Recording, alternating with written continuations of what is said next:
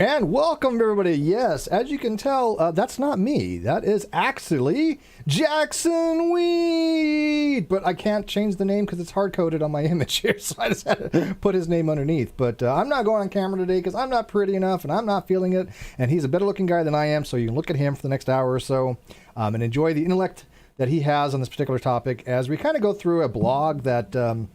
Okay, let me just kind of set this up real quick, Jackson, and then I'll turn it over to you.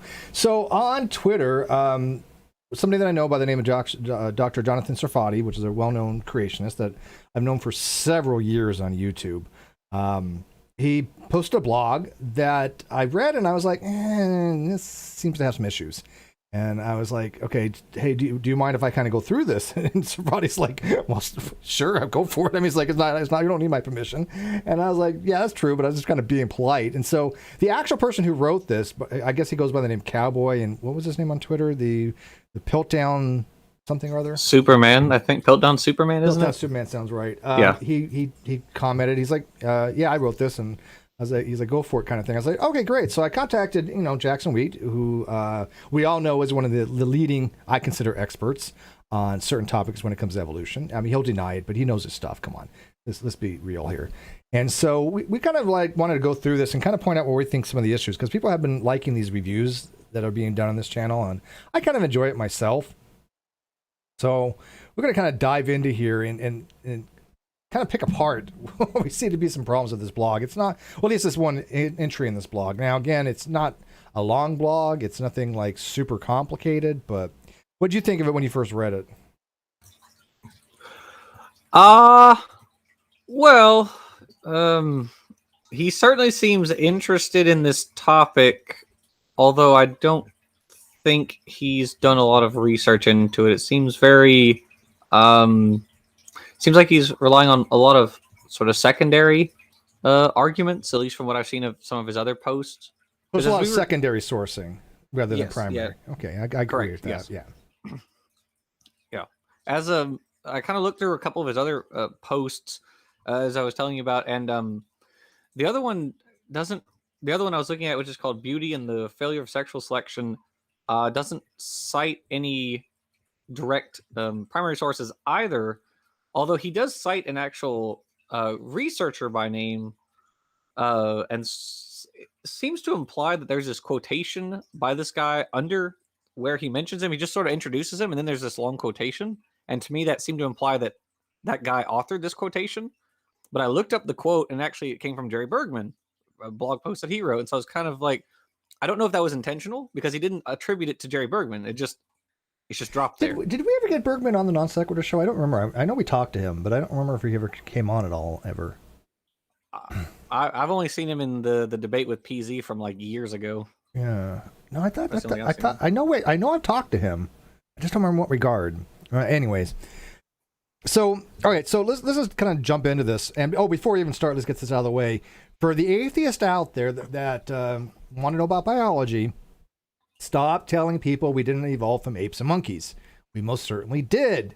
We are still apes and monkeys, but we evolved from other species, which were apes and monkeys, all of which were in the, different orders and parvorders, and we're still semiriforms, we're still hominids, we're still Catarrhini, we're still simians. We're all these things that every predecessor we had was, because in a monophyletic clade, you do not lose your ancestral phylogeny.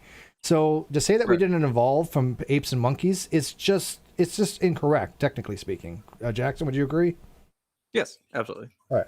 We got that out of the way, because we just see this happen quite frequently, and I don't understand. I know what they're trying to do. They're trying to say, look, we share a common ancestor. Sure, like, there's an ancestor that was discovered in Spain a few years ago that was considered to be the last common ancestor to all members of Homoidea, and it's called Paralipithecus catalonicus. It was something that I did debate with Wayne Fillmore on, that convinced him that younger creationism was incorrect and that macroevolution does happen.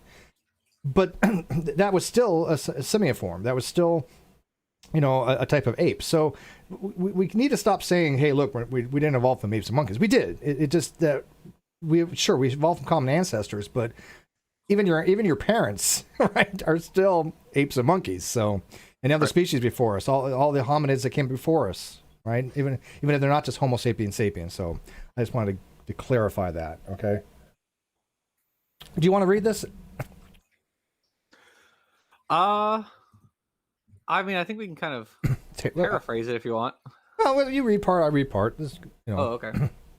Oh, okay. Okay, so this is from the blog Piltdown Superman. This is his article, "The Religious Intolerance of Evolutionism," which he authored just a few days ago on May 8th.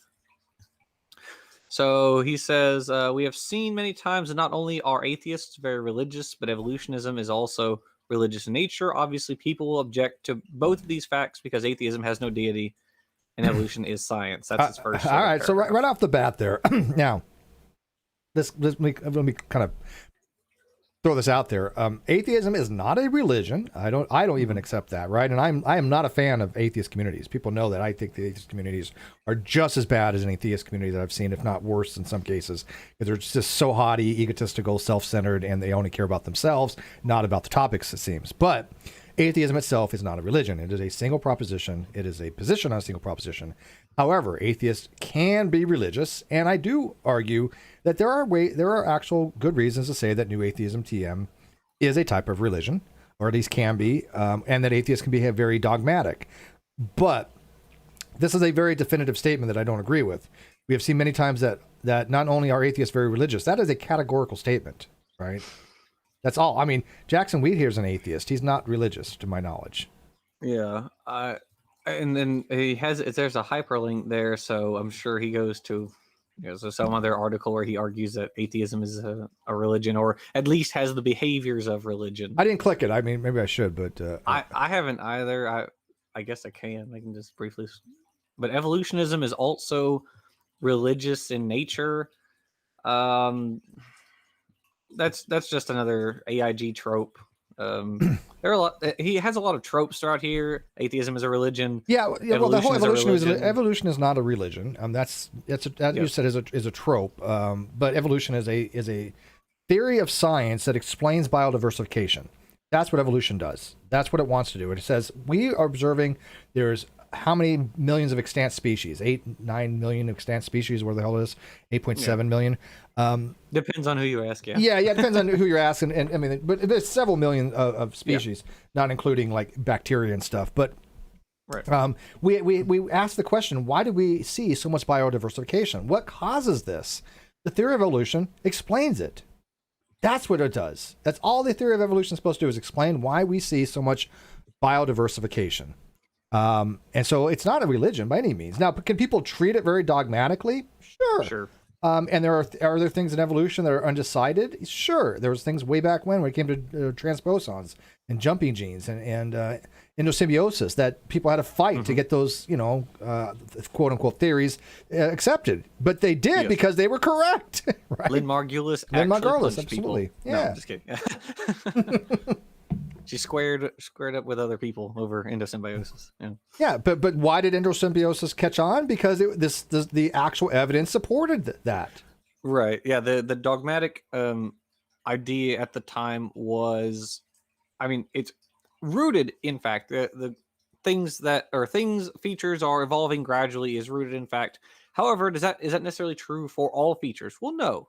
And for Margulis to help people realize that not everything was this very gradual step-by-step process. Some things can actually be rather rapid evolutionarily. That was difficult. And she kind of took it a little bit too far in some cases, but the germ of her idea was correct, or is correct. Yep. And I think it was Barbara McClintock for the jumping genes. Yes. Yeah, for the transposons.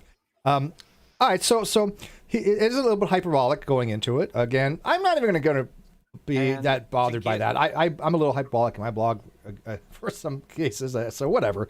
But he says, obviously people will object to both these facts because atheism has no deity and evolution is science. Well, he's missing a quote there, but minor stuff.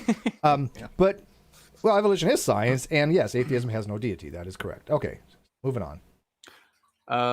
Quote, atheists are frequently disingenuous. One glaring example is their redefinition of atheism as a lack of belief instead of believes there is no God or gods. They conveniently praise the Lord. Yeah, hang on one second. Praise whatever God that may or may not exist. Absolutely, that I 100% agree with this guy on. Okay, I mean, that is absolutely that's about the only true thing in this blog, but that is like absolutely correct. Yes. I have to say, and you know this, but for anyone who doesn't know this, I'm not a philosophically minded person. And I did in fact use the lack of belief definition for a while because that's what I heard everyone else using. And then I actually heard you make the argument in a debate you did once. So this was your opening statement. I heard it the first time and I thought, oh heck, I need to stop using that definition. So people bad. actually, like, when they watch some of my debates and they actually realize, hey, maybe there's something to be said about some of this stuff. And this is why when I'm in these Facebook groups and people just by fiat say that I'm wrong and they don't understand the topics or don't like the way I'm approaching it, I keep telling them, look, Facebook is Facebook. If you want to learn the topics and you want to have these discussions, and there's better ways of doing them, either on Discord or you know, on YouTube, which, you know, I'm on. But you know, I do a lot of this stuff because I want people to go, hey, maybe there's something more to it, and then them look at it on their own, right? That's the greatest thing when somebody says, Steve, I looked into what you had to say, and damn it, you were right. Sure, do I enjoy that? Does it stroke my ego that people say that I have? Yeah, a little bit. Of course it does. Why wouldn't it? But that doesn't mean that I get some big head over it. Is like, okay, this means that somebody actually took the time to do something what they've always said atheists are, objective fact verifiers and things of that nature. That's what I appreciate, because as a non-believer, I want atheists to do that. That's it. That's what makes me happy. That's what makes me proud to say, yeah, I'm a non-believer, and so is this guy that actually looked into this stuff. Why they didn't just take some dogmatic statement from somebody from the ACA and go, oh, this must be a categorical fact, right? Because that would make us no different than, religious extremist or, creationist, right? So... Right. Yeah. And so, and actually after I watched your debate, I had to kind of consider, well, do I consider myself agnostic or do I actually consider myself Made you think about atheist? it, right? Yeah. And I did actually in the end go with, yeah, I'm reasonably confident that there are no gods. Yeah. I'd put you as an atheist, sure. But here's the thing, it doesn't take much to justify it. Made me consider the proposition in these new terms rather than in the terms that I had originally thought about it. So. Yeah, well, you debate people. I mean, let's say that you're debating somebody on evolution, and you just tell them, "I don't believe you." That's not going to do much good, right? I don't know why atheists think that is so amazing of a retort or rejoinder to go, "I don't believe you." And by the way, I'm gesticulating here, even though I'm not on camera. But Jackson, we can see me. Yeah. I am literally the same way whether people see me or not. This is how I talk with my hands. See, gesticulations. All right, moving on. They referring to atheists conveniently neglect definitions of religion that do not involve organized worship, services, or a deity. Secular humanism is a deity-free religion as well, and evolution is an ancient pagan religion that Charles Darwin gussied up in a lab coat. Close quote. So yikes. I mean, he's right in the sense that religion does not necessarily involve organized worship services or a deity. Like you said, that's pretty much the only correct I agree thing with that. I mean, religion is an quote. action. I do think religiosity is an action. But that doesn't mean there has to be organized, right? Right, exactly. Yeah, you can have your own independent religion just by yourself. Mm-hmm. Secular humanism is a deity-free religion. It's not. It's sort of. I mean, it's an ideology. Yeah, it's a combination. It's either an ideology or philosophy or a movement. Yeah. There's two aspects to secular humanism, neither of which are religious. Right. Yeah, I don't find any religiosity in secular humanism, but there are different ways of looking at secular humanism. Like, for example, I accept the philosophy of secular humanism. I'm not quite sure if I accept the movement the way it's been, going. But again. It doesn't really matter, but secular humanism, right. I'm fine with it. I really have no issue with secular humanism, but it's not a religion. Right. Yeah. That's just, it's kind of funny because he chastises first the atheist for misusing religion, then he goes and misuses religion. So I will. Evolution of ancient pagan religion. So that's, again, another trope that creationists like to use, whether at AIG or CMI. This idea that evolution goes back to like the ancient Greeks is misplaced because the idea of evolution, quote quote, that some Greek thinkers like Anaximander referred to as like people lived inside fish and then came on to land later. Now you can say, oh well, it's humans and then or fish and then humans. It bears Anaximander just looked at everything, in a very Yeah. simplistic way, that from his point of view, right? Same thing with the, atomism. They didn't know what atoms were. Right. Yeah. It's to say that this is like an early analogy for evolution is like, no, it's really not. You take these very tangential similarities and are trying to be like, oh, look, this is evolution. No, it's really not. Yeah, Sorry. I mean, you go back to Democritus. Yeah. Democritus, thank you. Democritus was, like 400 BC. I mean, he didn't basically say, look, here's atomic nuclei, here's the Bohr model, here's hydrogen atoms. It was like, oh, maybe if I see something, I can go and do like a reduction to say, oh, it must be comprised of something else, and it must be comprised of something else, it must be comprised of something else. It was just a simple regression. He wasn't the father of atomic theory. I'm sorry, he just wasn't. Right. Right, exactly. Yeah, it's very tangential similarities. Now it's not to say they got everything wrong. Aristotle and other thinkers noted that organisms can vary in their traits. Okay, fine, cool. But to say evolution goes back to ancient Greece is just wrong. I agree with that. I mean, again, they had some concepts, but it wasn't really until Darwin came along and said, hey, look, we've always accepted there was some kind of teleological reasons for things to exist. And he said, look, here's other explanations that are teleonomic, not requiring any kind of intentional states and inquiring a God or an agent. And that's what I think is one of the greatest things Darwin gave to people. And I think a lot of atheists don't really understand. The biggest contribution I think Darwin gave to science was explaining the fact that things that apparently have design are not necessarily teleological. There is a teleonomic explanation. And this is the bedrock for many of the things in science, and especially in evolutionary biology, because he got a lot of things wrong. He didn't really know what DNA was. I think DNA had just been around discovered at the time. It wasn't the double helix, but they knew that it existed. But he thought it was particulate, and he thought there was a particulate of hereditary traits rather than a blended. Right, he was blended first. He was blended. He was blended first. Then he kind of got reasoned out of it, and then was like, "Well, I just don't really know how." I thought he may have looked slightly blended. Then he went to particulars. I don't know what he called the term. He got close. He almost figured out particular inheritance. He actually did some research.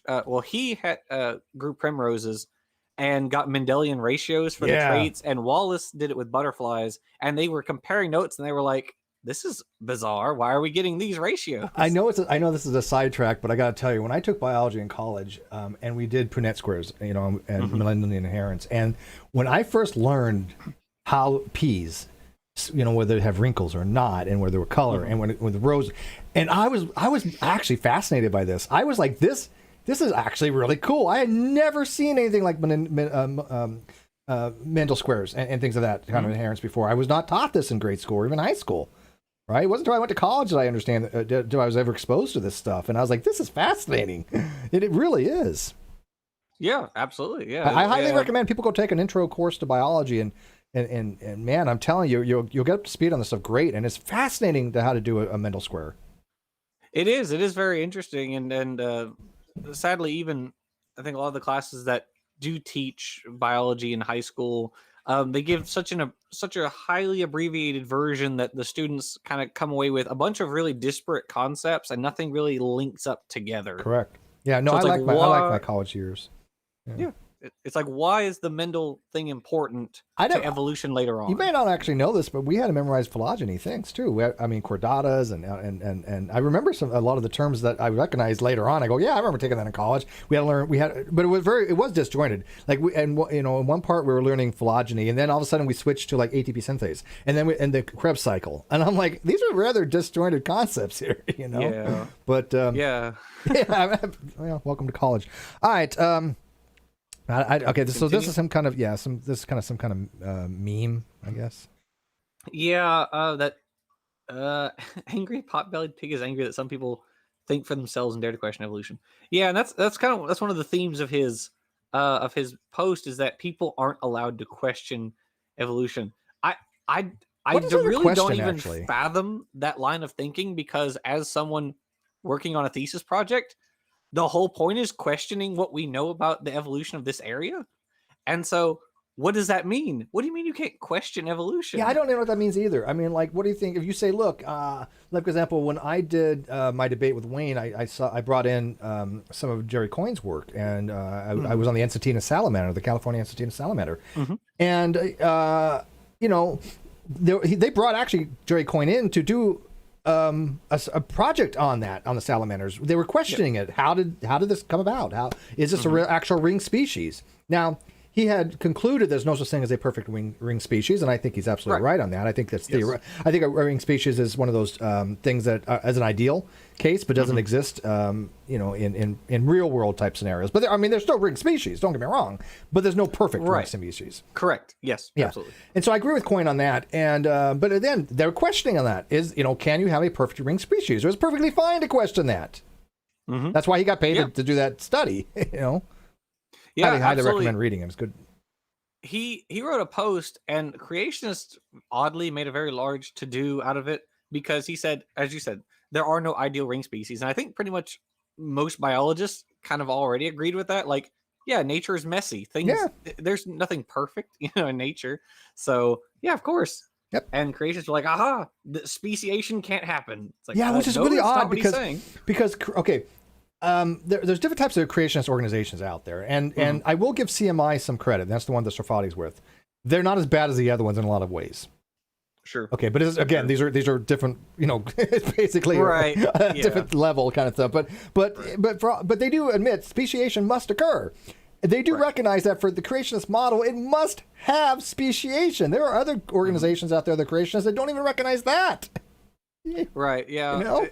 They've gotten to the point now where most of them are like natural selection, sexual selection, speciation. We're all good with those. Don't worry about it. Well, yeah. I mean, because it won't even work if their barren analogy was true.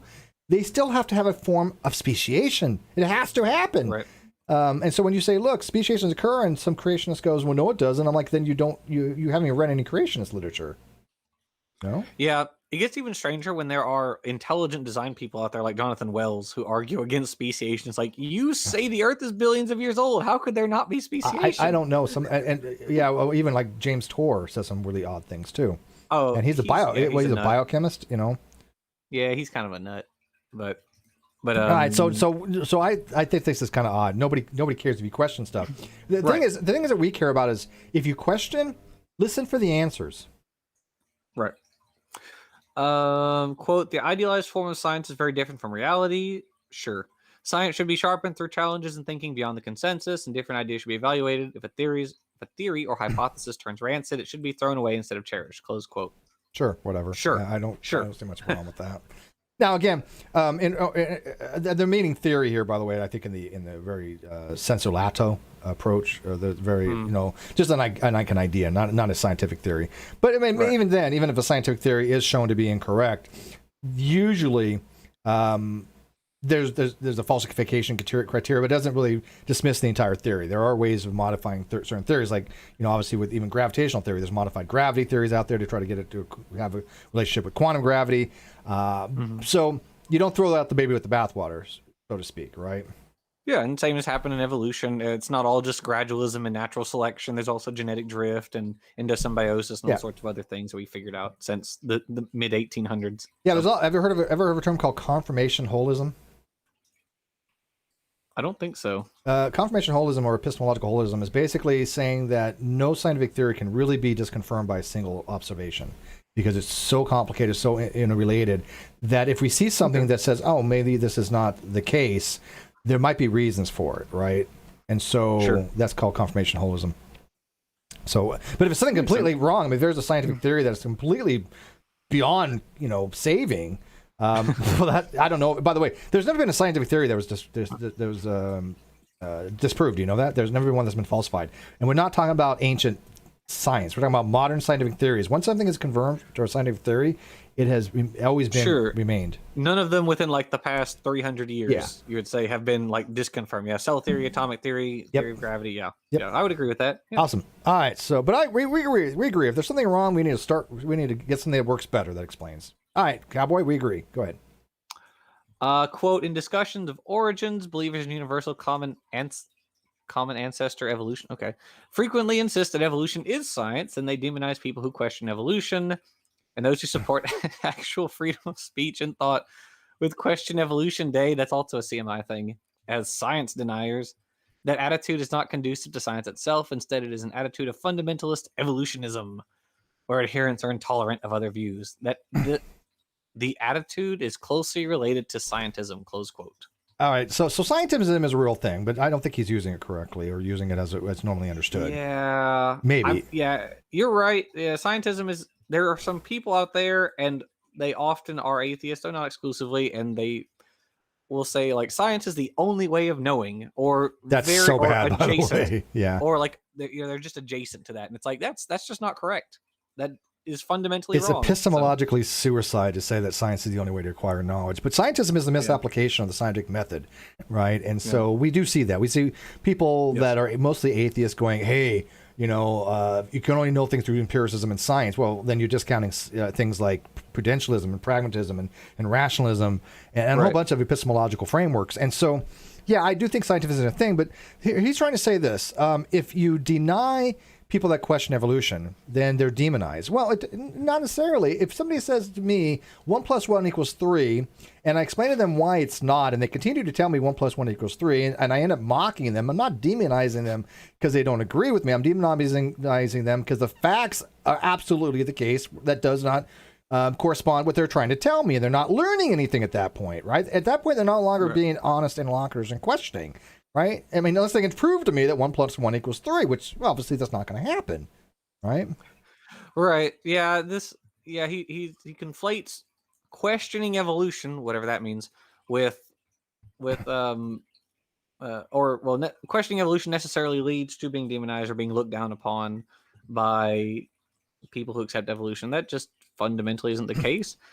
If there are two types of creationists, I think Aaron Ra usually puts it pretty well. It's like there's people who, don't understand. They've never heard anything about evolution other than like what, their pastors told them or their parents, whatever. And so they've never researched it. Mm-hmm. And then there are the creationists who actually know about evolution and they're aware of some of the concepts and they try to combat it regardless. Yep. No, I think that's correct. If you're in the first group, there's no problem. You just haven't looked into it, and we're happy to talk to you and try to help you figure out that evolution is true. If you're in the latter category, then yeah, you got problems. Yeah, well, I mean, I'll give you an example. Yeah. Like I people know that I communicated with Dr. Humphreys for a very long time, and he is a astrophysicist, and he had a math error. Okay, he had a math error, and Dr. Lachelle had pointed it out, published on it, showed him the math error. It wasn't even a complicated math error. It was a pretty simple math error, but it was math. Right. It was math, and it was just like a simple math too. And it's just like, okay, at this point, you have to be, way out there to say, look, I believe this, but when it's proven that it is a actual math error, right? I mean, it's no way to say at that point, that your belief is irrational because it is demonstrable about math. It is objective, and I'm pretty sure Humphreys noted his math error. He hasn't publicly done it, but I'm pretty sure that he has recognized there was a problem in his math, which that's a sign of honesty, I guess, obviously. Sure. But it took a public paper in a journal to point it out because he wasn't acknowledging it in the correspondence that we're having. Because I was having correspondences with him and Dr. Hankey and Dr. Lachelle, and Humphreys was not acknowledging his mistakes that he made, and it was odd because I'd asked down to Kurt Knoll, and I'd asked some other people to weigh in on it, and Lachelle had pointed out the math error in simple steps. And also he changed the natural logarithm into the base 10 log for some of his calculations. And if you know anything about logarithms, those are completely different logs. Yeah, you can't just do that. Yeah. So, all right. So moving on here. Okay. So, happened across this post by Dr. Sarfati. Do not call science if you aren't allowed to question it. Call it a belief system, religion, cult. Stop calling it science. All right. Okay. Now this is interesting. Now, okay. All right. So Dr. Sarfati is with Creationist Ministries International, and I'll call it on the table. I happen to get along with the guy. Okay. I don't agree with him. He doesn't agree with me, which is fine. But we have respectful dialogue. We have for many, many years on YouTube. But I saw this post by him too. And I thought it was kind of odd. And so I'm going to call him out on it. And I'm going to try to do so very respectfully. But I have a problem with this because and I'm sure he has a retort to it. So I do want to know his answer. I do want to know Dr. Sarfati's answer, and I will ask him. I'm sure he'll watch this. Because he says, do not call it science if you're not allowed to question it. Call it a belief system, call it a religion, call it a cult, but stop calling it science. He knows full well that in the Creation and Ministry International and the many other groups like Answers in Genesis, Institute for Creation Research, Creation Research Society, they all have statements of faith. Right? Yeah. Yep. They do exactly. And like for Answers in Genesis, it is no apparent, perceived, or claimed evidence in any field, including history or chronology, can be valid if it contradicts the scriptural record. That's Answers in Genesis. Okay? Mm-hmm. Now, CMI has one as well, and it's very similar. It is, and I'll put it on the screen for you guys. Quote, this is from creation.com, and Sarfati writes blogs for it. And by the way, he was really nice enough to include one of my arguments on creation.com. He read my atheist semantic collapse argument and had put it on there, and also put the Landon Curtin-Knoll McRae Venn diagram on there, which was really nice because, Landon is obviously a very name recognized, mathematician, right? So I really did appreciate that. All right, so this is the statement of faith. It says, facts are always subject to interpretation by fallible people who do not possess all information. Okay. Now, that doesn't change the fact that they're still facts, and facts are tentative. I'm going to say they're provisional. Sure. But then it goes on to say, but by definition, therefore, no interpreted facts in any field, including history and chronology, can be valid if it contradicts the scriptural record. Yeah. Which means you cannot question the facts if they go against young earth creationism. That's how I read this. Am I missing something here? Nope, I don't think so. I think that is a fair and accurate representation of that statement. So, because if there is, I like to know. I'm trying to be as charitable as possible, but I still don't see any way out of that. Have how that corresponds to what Sarfati said about being able to question things, right? Because if it says, quote, by definition, which again it's not by definition, but we'll go with it. Therefore, no interpretation of facts in any field, including history and chronology, can be valid if it contradicts scriptural record. Then you're not able to question it. It's not science. That is a cult-like mindset. Matter of fact, Wayne Fillmore left young creationism because he questioned this stuff.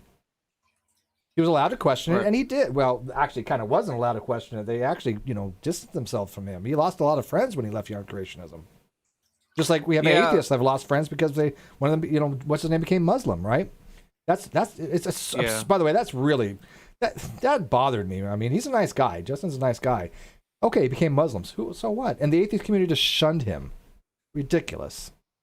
I don't really know anything about that. You didn't hear about that? The empathetic atheist? I think I heard someone became Muslim, but I don't know who that is or really anything about the details of it. So, all right, well, different topic, but yeah, it's so. But anyway, so yeah, I'm kind of curious, how does Sarfati reconcile this particular statement that he made on his Twitter with the CMI statement of faith that nothing can be, nothing is valid if it shows that young creation was incorrect, right? Yeah, it at the base of it, there's some sort of presuppositionalism that bars you from going beyond a certain point with your arguments. Like, even if all your arguments fail, I still have to be right. Yeah, okay. Because the scripture. Let me ask you this: so if a younger creationist says, "Look, the Earth is 7,000 years old. There's nothing that can change that, or 6,000, whatever." Yeah. But all the evidence points against it, right? There have been creationists that have said, and I think it was who was it? It wasn't Glenn Morton. It was somebody similar. That's something along the lines of, even if all the evidence points against young creationism, I would still believe young creationism, which I find to be kind of odd. Was that Todd Wood? Todd Wood, yeah, Todd Wood. Yeah, that's who it was. Yeah. So that is kind of strange, right? Because what should take precedence? Well, the evidence, right? Because we are infallible. Our interpretations of things are fallible, and so if you're not reading the scripture, even if you believe it, you have to recognize the fact you may not be correct in it. Because guess what? 40,000 denominations out there all differ in their interpretation of scripture. Yeah, so that is true. Village atheists and evolutionists get on the prod when their wisdom is questioned, but their wisdom is foolishness before God. Bible quotes. I prefer to please God rather than his enemies. Don't you? I don't know what that means.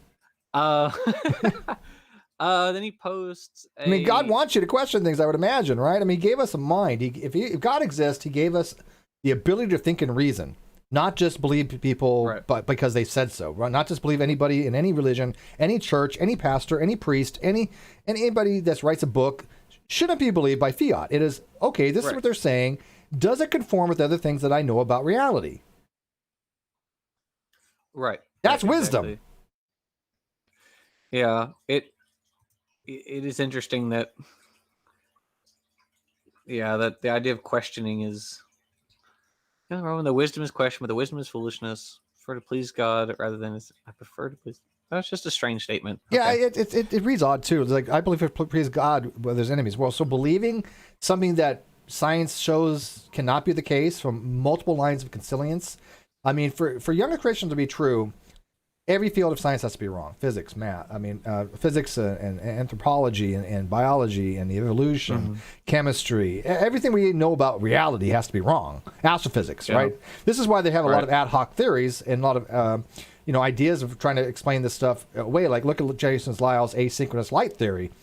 Okay, I understand what he's arguing, but this has been something that is known in relativity since relativity came out. I mean, and since Einstein's days in the early 1900s, we understood that there's no way to determine whether a directionality of light exists that has a change of value.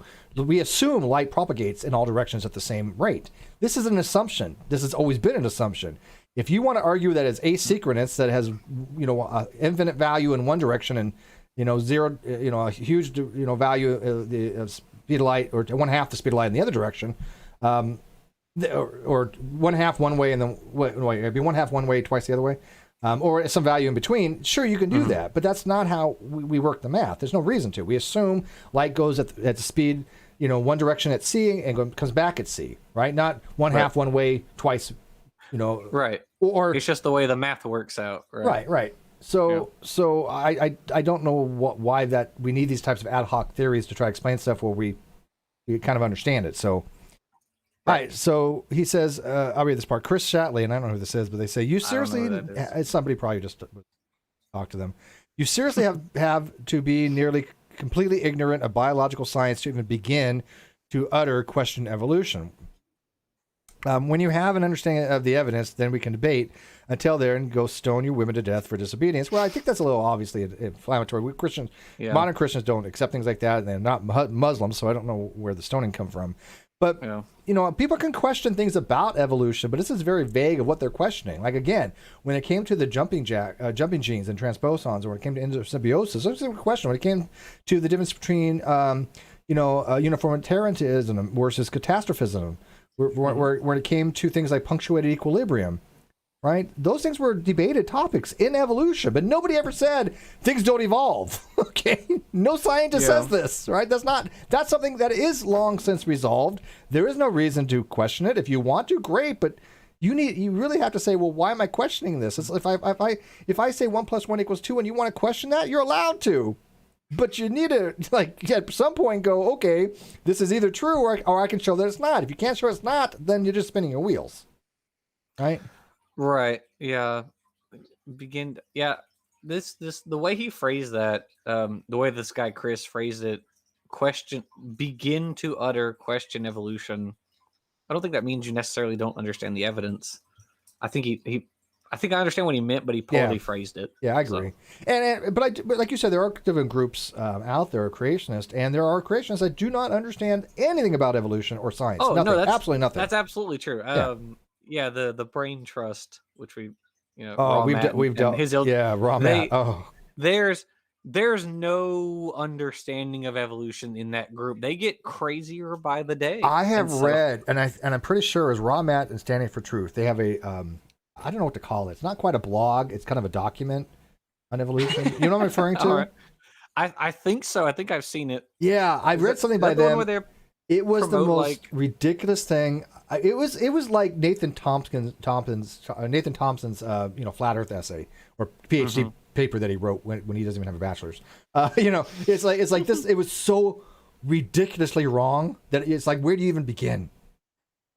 He claimed to have Raw Matt, Uncooked Matthew, claimed to have written a paper that he sent to PNAS, Yeah. but he posted the paper online, and a whole bunch of people went through, and Oh, not a God. single line of that paper wasn't highlighted. And I went through that paper. This doesn't make any sense. No, I went through that paper online with a couple people, and it was bad. It was really bad. And yes, we do have an actual molecular biologist in the live chat. She's a mod of mine, the wonderful Dr. Cross.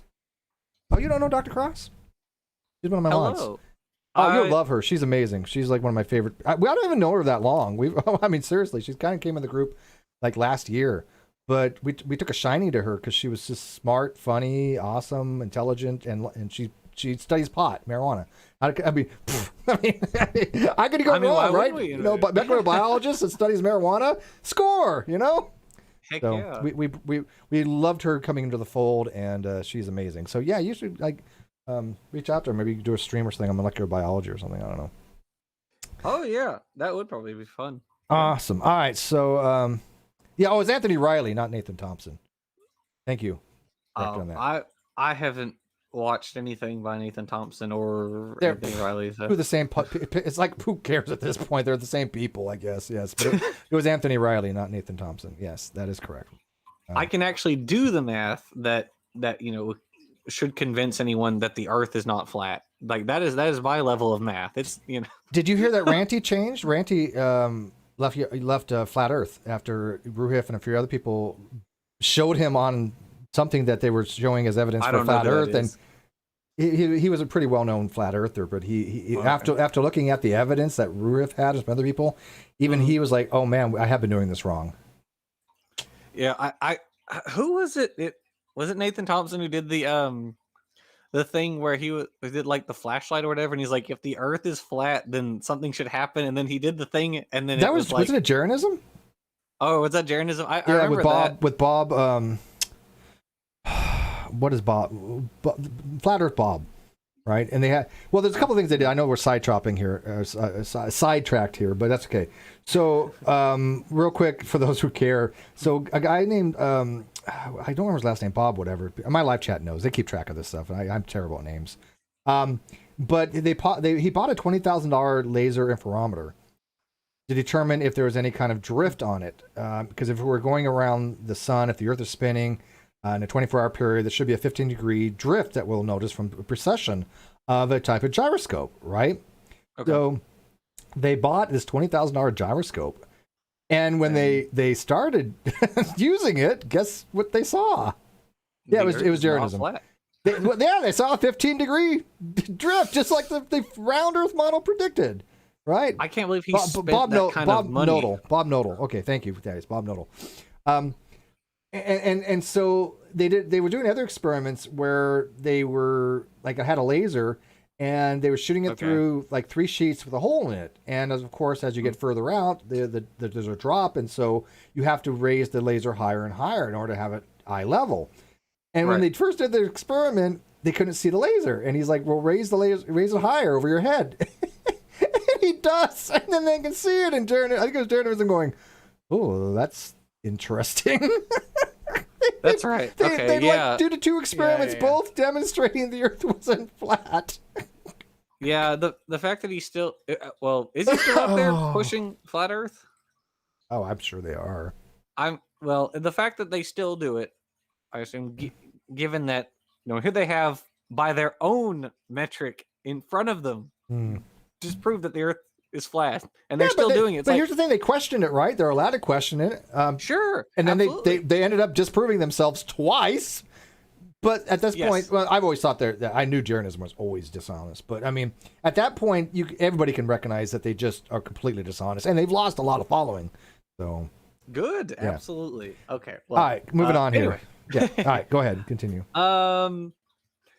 Quote, there have also been statements along the lines of evolution is questioned every day and it only gets stronger. This is an incorrect assertion showing ignorance of numerous reports from Darwin's disciples who admit that it has serious problems. Ooh. Also, atoms to atheist evolution, that's a new one on me, is presupposed. Then scientists work from there. Most on record do not express doubt that it happened in the first place. Let me chime in real quick, then I'm going to let you dissect that. But here's the thing. Evolution is questioned every time there's a paper written. A paper proposes something, right? And a lot of times they'll say, we have found evidence that this is the case. This is why they publish. That's questioning our understanding of the theory. It's testing the theory. It's saying, well, we need to refine the theory. Because the theory of evolution is like any other theory. There's things we haven't even discovered about them yet, right? We have species out there that we don't even know about. Let's say they find a species and they go, hey, this is cool about the species. We didn't even know much about epigenetics until, modernity. So, yes, we question things every time. Every time somebody has a hypothesis, everybody has an idea of how to improve the theory, because no scientific theory is stagnant. Right. And by the way, it has nothing to do with atoms to atheists, because evolutionary theory, and I'm going to say this once and for all, does not have anything to do with abiogenesis. Nothing. Nope. It has nothing to do with creation. All it does is saying, once life began, no matter how it did, evolution explains the biodiversity from that. Yep, that is exactly correct. Evolution is questioned every day and only gets stronger. I mean, that is true, as you said. Every new species, new fossil, whenever a new fossil is discovered, the paper outlines, okay, these are all the measurements, the bones and things, and here's the phylogenetic analysis where it fits in with the other dinosaurs that are similar or whatever fossil. And then they discuss hypotheses for how this fits into a larger framework, and is it a transitional form between these two groups? So yeah, it does only get stronger all the time. Right. Numerous reports from Darwin's disciples who admit. I don't even understand that, though. A lot. This trope that there's all sorts of problems. They're bubbling under the surface. Like what? Yeah, exactly. Like what? And why is it that the only people who are expressing the problems, if they say there's like genetic entropy, like from John Sanford, I'm going to be like, Yeah, the only people who claim there are problems are the ones who actually don't work in the field. They don't work in academia. They're people like this, and I mean, if you want serious problems, there are serious problems in creationism, and even CMI admits this. For example, the heat problem, trying to account for millions of years of radiological decay in 6,000 or 7,000 years is a physical problem. It is a huge problem, and even creationists say we haven't resolved this yet. Now, what they do is I respect them for this in some ways. I think it's ad hoc, of course, but they at least say, okay, what would explain this? And they come up with a hypothesis they call accelerated decay. There's no evidence for this. There's absolutely zero evidence for it whatsoever, and physics doesn't work this way, but they posited it. But when I've even asked Humphreys, okay, well, what is this evidence for accelerated decay? I literally have asked him this question, and his response was, I'm not even kidding, his response was, it has to be because there's no other option, because young creationism has to be true. This is basically what he said. And it's like, no, that's not how science works. That is big yikes. Yes. Right there. Yeah. So yeah, there's no such thing as accelerated decay. There's no such thing as genetic entropy. These are not problems with physics or evolution. These are just ad hoc explanations that creationists have used to try to, promote the fact that they believe a certain thing about the age of the universe and that nothing could change that. So. And the arguments, in a similar vein, the arguments used by Sanford to promote genetic entropy are equally that bad. When he confuses pathogenicity with fitness, for instance, referring to H1N1, that's just a flat error. It doesn't take more than like a minute of Googling to realize those are not the same thing. And the fact that he wrote a book which he believes is going to overturn multiple fields of biology and made this flat basic error, it's just sad. We see this with a lot of different fields with certain groups for some reason, where they just get so fundamentally flawed, Yeah, absolutely. All right. So moving on. Excuse my cough. Quote, here's an example of an ornery cuss snorting about a post by the Question Evolution Project, which I did check out. Yeah, I checked this one out too. He was commenting on a page that attacks Christians and creationists. In this case, they, as usual, misrepresented a post. He tried to slap leather with me. It did not go well, so we'll take a look, see at the content below. Okay, he must be from my neck of the woods. See at the content. He got a little southern twang going on or something, right? Little Louisiana, Georgia, Mississippi type of twang going on there. Yeah, he must be from down. He said cowboy. Maybe he's from Texas. I don't do accents very well, but my neighbor. The Question Evolution Project is constantly being educated and corrected. Oh, this is from the person who is replying to Cowboy, saying the Question Evolution Project is constantly being educated and corrected by rational folk. Only science and the fact and scientific. Oof. The scientific theory of evolution can debunk science and hold on. Did I misread that? I don't know. Just try your best, man. Only science and the fact and scientific theory of evolution can debunk science and the fact and scientific theory of evolution. Holy crap. Religious beliefs are not facts nor are they scientific, and they can't prove or debunk anything. Well, it depends on the religious belief. I mean, Sure. so some of them are facts. I mean, let's, like, it's a religious belief that Christians exist. That's a religious belief. Yes. Christians exist, but there are, the religious people believe that, certain events happen that historically, every historical person out there, will say, yes, this actually, did happen. This city, did exist, right? I mean, nobody says, hey, Jerusalem, there was an ancient Jerusalem, right? So now I'm sure that I'm going to give them benefit of the doubt. They're talking about religious beliefs when it comes to supernatural, right? But sure. All right. Yeah, I think you're right. Oh my gosh. This is rough. The sentence structures, yeah. At least you're keeping us rational folk busy defending reality from delusional religious nut bars like yourself. Nut bars, wow. Let me know when you have evidence of the supernatural so you can have credibility on your side instead of just relying on pseudo-science, 2 words, I guess. Religious faith that does nothing and reality denying religious beliefs that you wish were true, winky face. Well, wow. Here's the thing: having a false belief does not make somebody delusional. A delusional is a malfunctioning of the mind. Okay, so if a religious person says, "Look, I believe in the supernatural for a very long time, and I had evidence for it," right? I had evidence. Literally, I had weird shit happen. Let me tell you. But I'm, years later, I'm able to at least, recognize maybe I didn't interpret it that, correctly. But at the time, it was evidential to me. Personal testimony, I think, is very convincing for certain things. Yes. And so I don't have a problem with that, right? If I have people know that I used to play with a Ouija board all the time. There's some freaky stuff. Now, can it be explained by the ideomotor effect? Sure. I mean, is a subconscious thing? Sure. There's a lot of things that we could maybe explain by it. That doesn't mean it doesn't freak you out. Yeah. Yeah, absolutely. So Jamie Russell for $5, who by the way is a younger creationist. Thank you, Jamie. He's a good supporter of the channel, though. So he, that's what I like about this particular channel. I'm not trying to dog on like younger creationist. I want to explain things. If they disagree, great. If not, that's fine too. But I don't alienate people just because they have a different belief. But he says God did it. God did it. Sanford debunk. Citation needed. What are you talking about? Just look up what the definition of pathogenicity is and look up what the definition of fitness is in a biological context. Yeah. And then you realize instantly, oh, that's it. The argument's over. Don't pass go. Aside from the fact that even he admitted that it doesn't work experimentally, like Sanford himself, I did a video on genetic entropy, or we did, the people on my channel, we did a video on genetic entropy.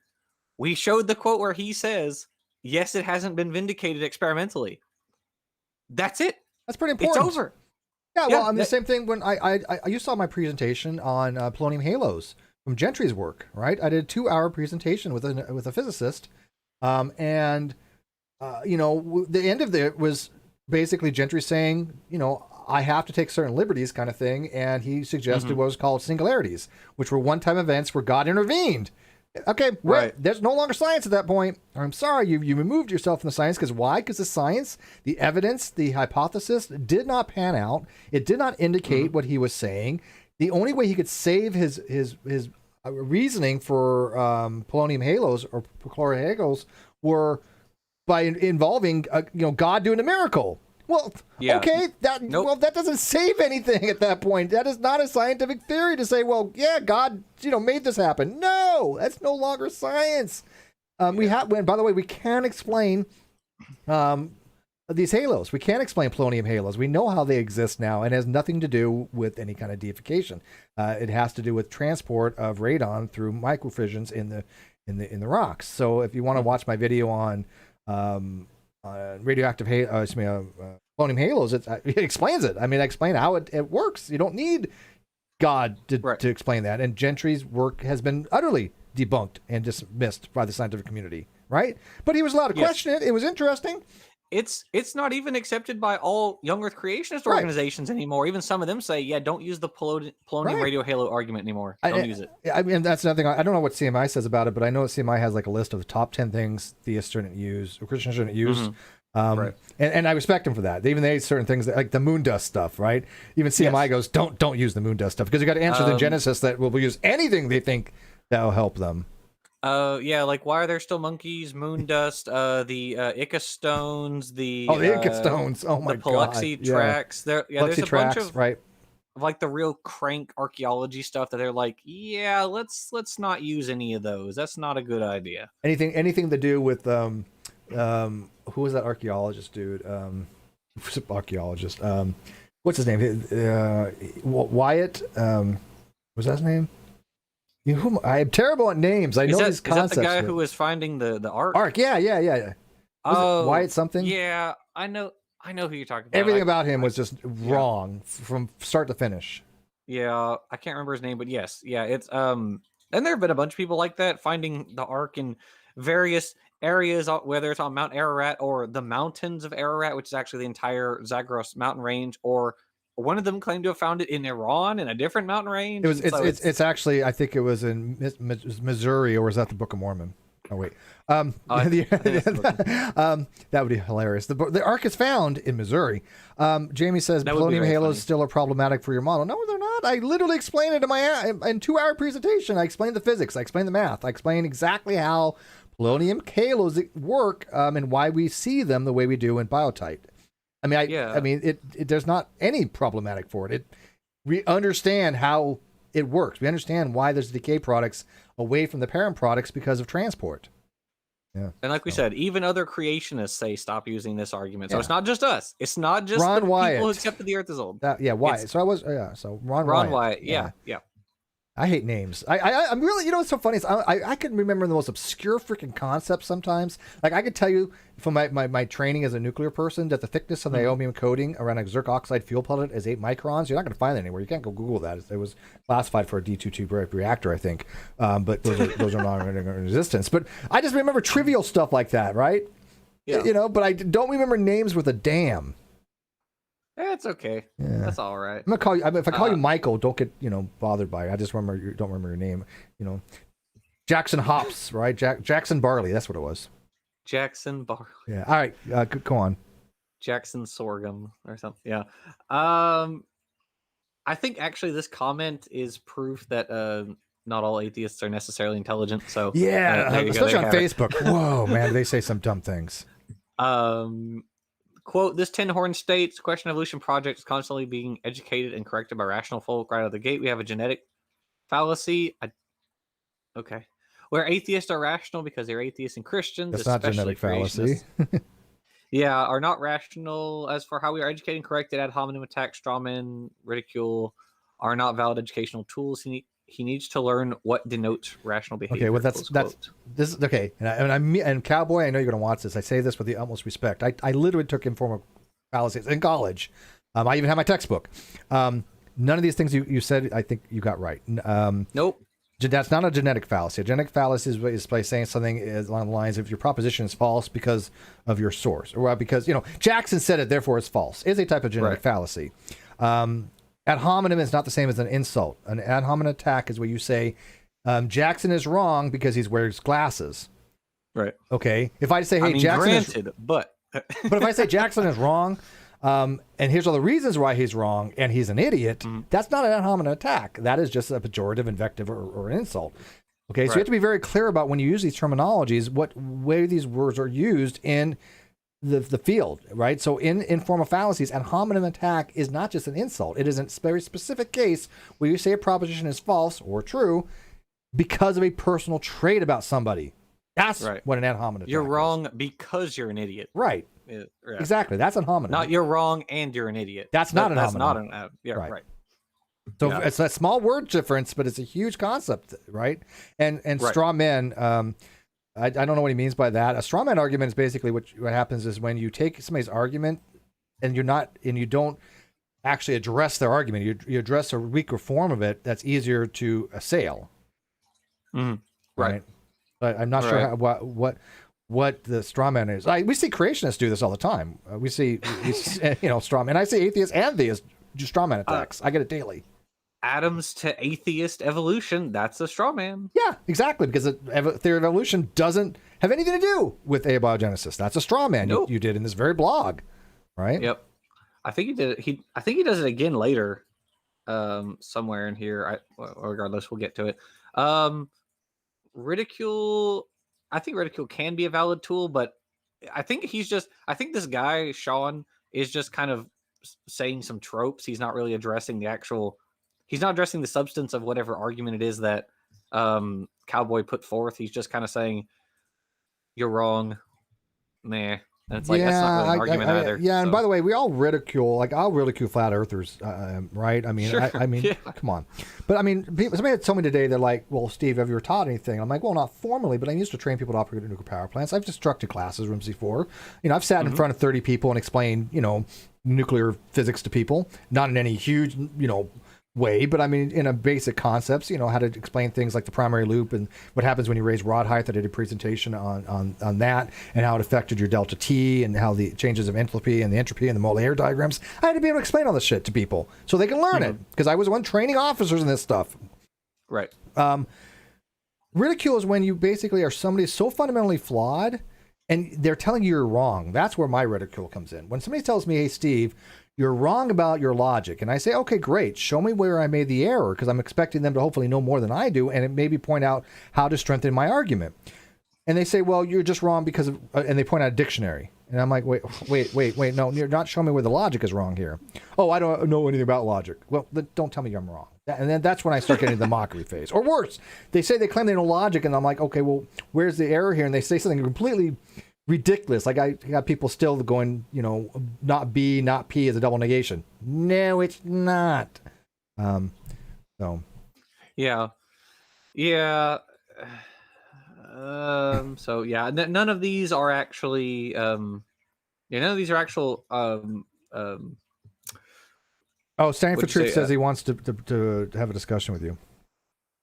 I've sent you so many emails. That's not what he said, but he says these critics can't send up to the professional younger creationists. Well, Jackson Weed has been trying to. He's there. Yes, and he won't respond to any of my emails. Huh? How very interesting. It's almost like we'll set this up. We'll set this up. Standing for Truth. Standing for Truth has never been in here. I've offered him to come on this channel for years.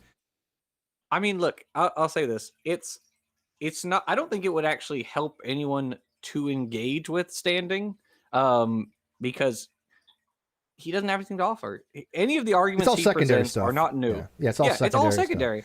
Yeah. You might as well just engage with the people who actually make the arguments. And this is what I do. This is why I talk to Dr. Sarfati. I talk to Humphreys. I've talked to Snellings. I've talked to all the original primary sources on this stuff, because that's who I want to have discussions with. The people that have the secondary that just parrot other people, why bother? I know all the people that create this stuff and write, and so I'd rather have discussions with them, and I find them to be much more enjoyable and much more cordial.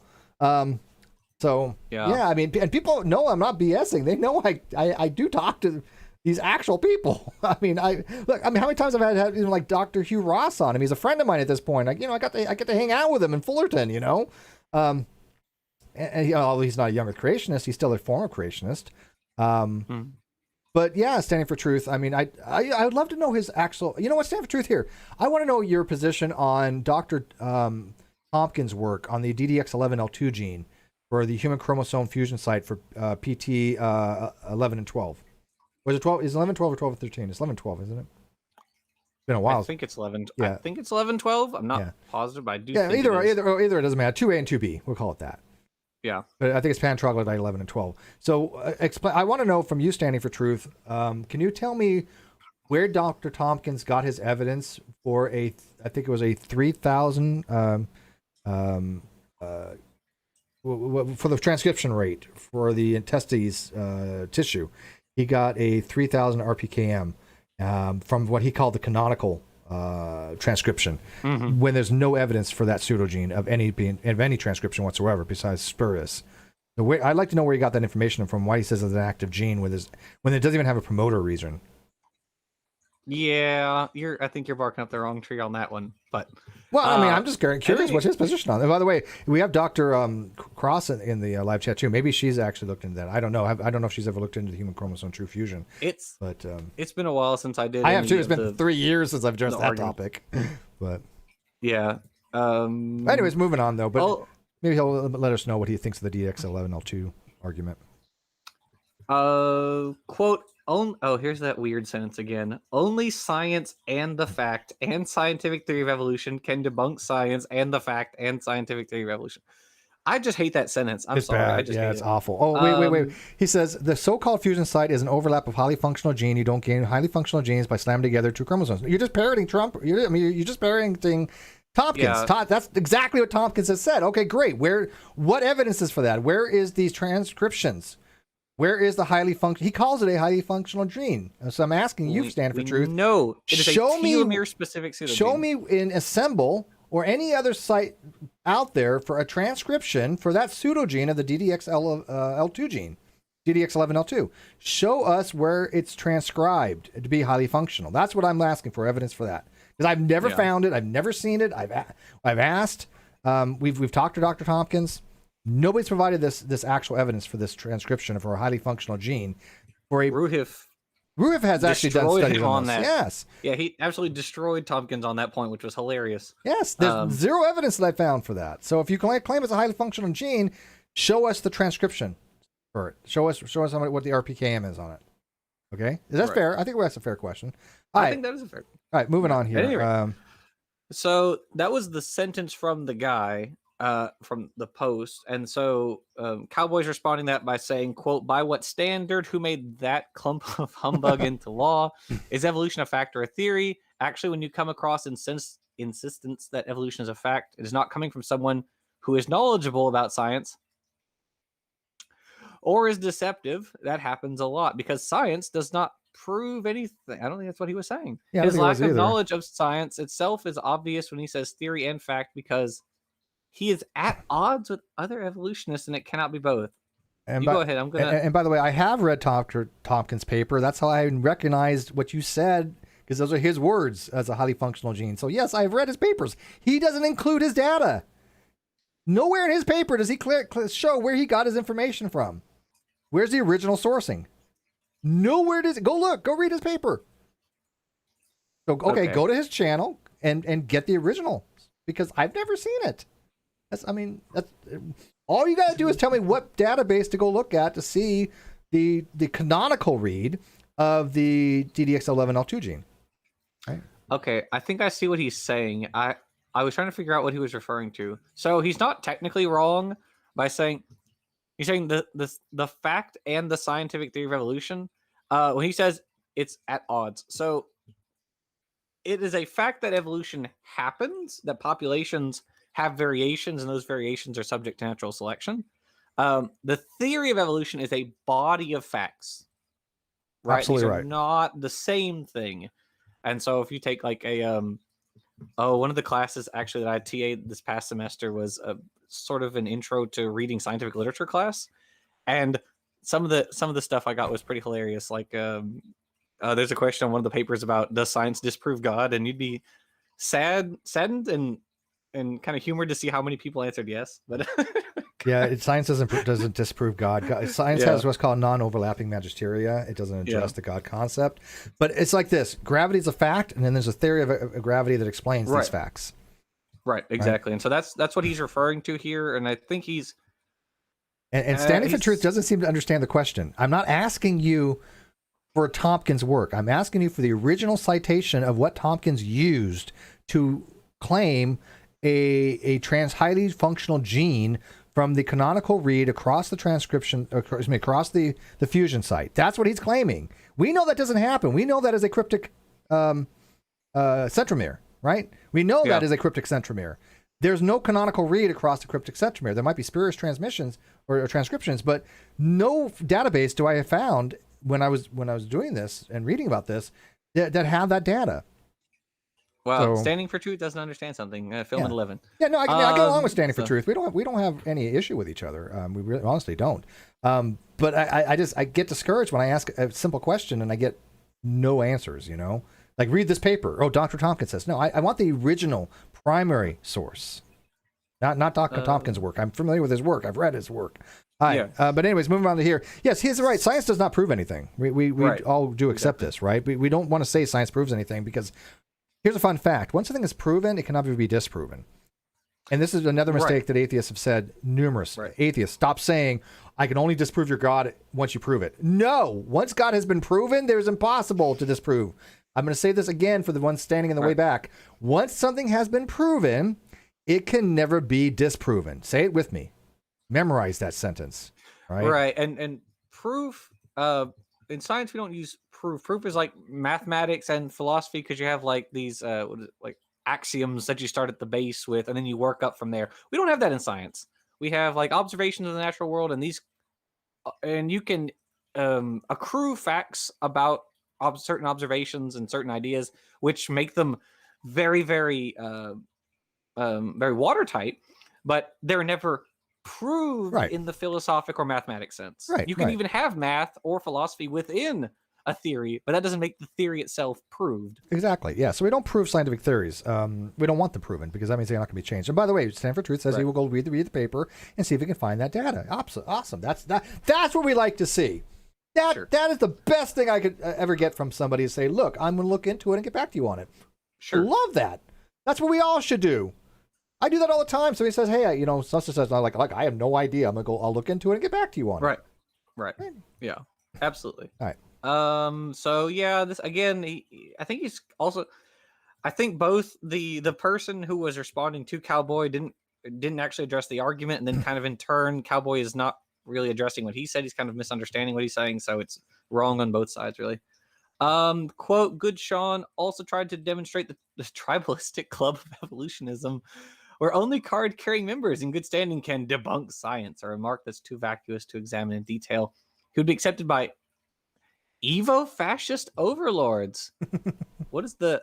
Okay, I'll have to look at that link. That protect the narrative from scrutiny, telling people to simply accept what evolutionary scientists say.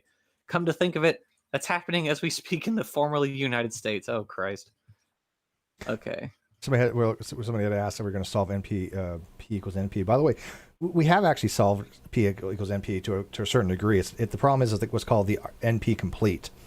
We have never found an NP complete system that we could put in polynomial time, but we have found non-NP complete in polynomial time. But yeah, if we ever found that though, that'd be amazing. That would make computer processing just blow the roof off what we have now. But yeah, but there are NP problems that have been solved in polynomial time. That is a fact, but they're not NP complete problems.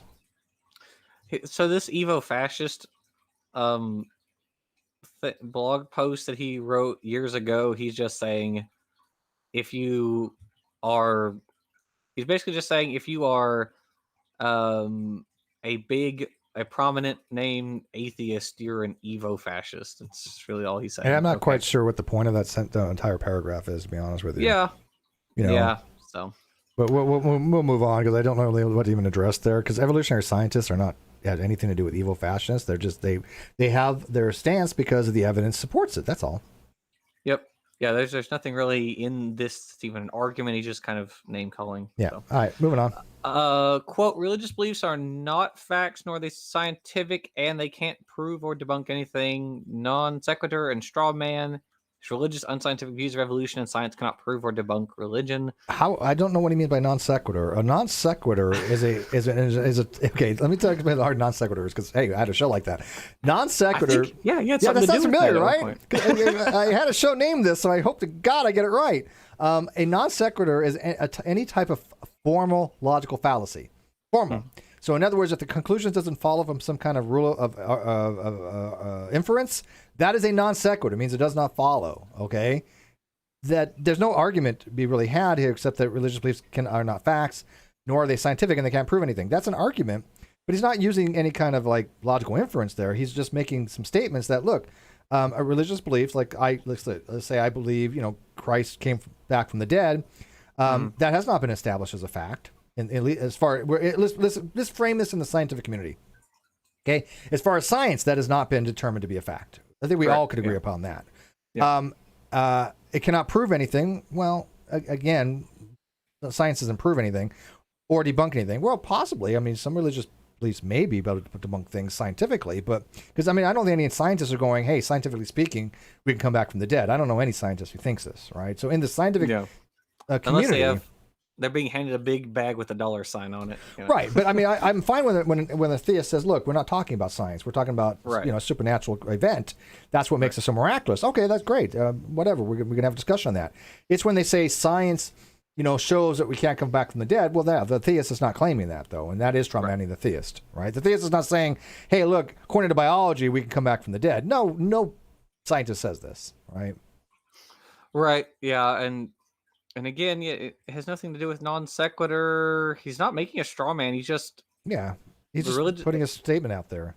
Yeah, it's just kind of tropes. He's just sort of making assertions. They're both just making assertions, and they aren't really responding to each other. His religious unscientific views of evolution science that doesn't even mean anything. At least you're keeping us rational folk busy defending reality from delusional religious nut bars like yourself. Sweeping generalization ad hominem. Again, no. So far, I have seen nothing rational from all of my interactions with the good Sean. Also, people like this presuppose reality.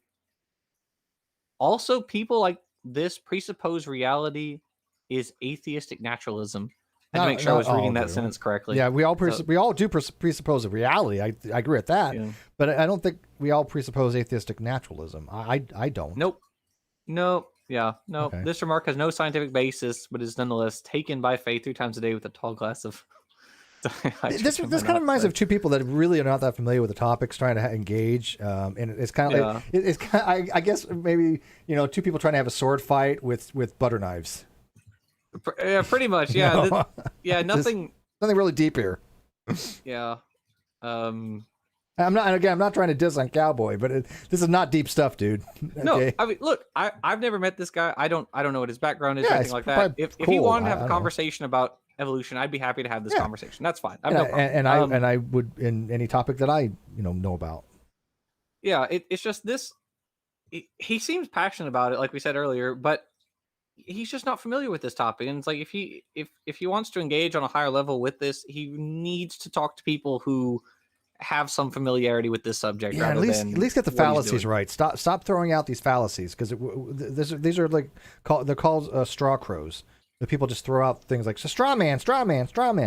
Right. Don't do it. You're getting the fallacies incorrect, and you're not helping your argument when you tell somebody else, hey, you committed a fallacy that they did not commit.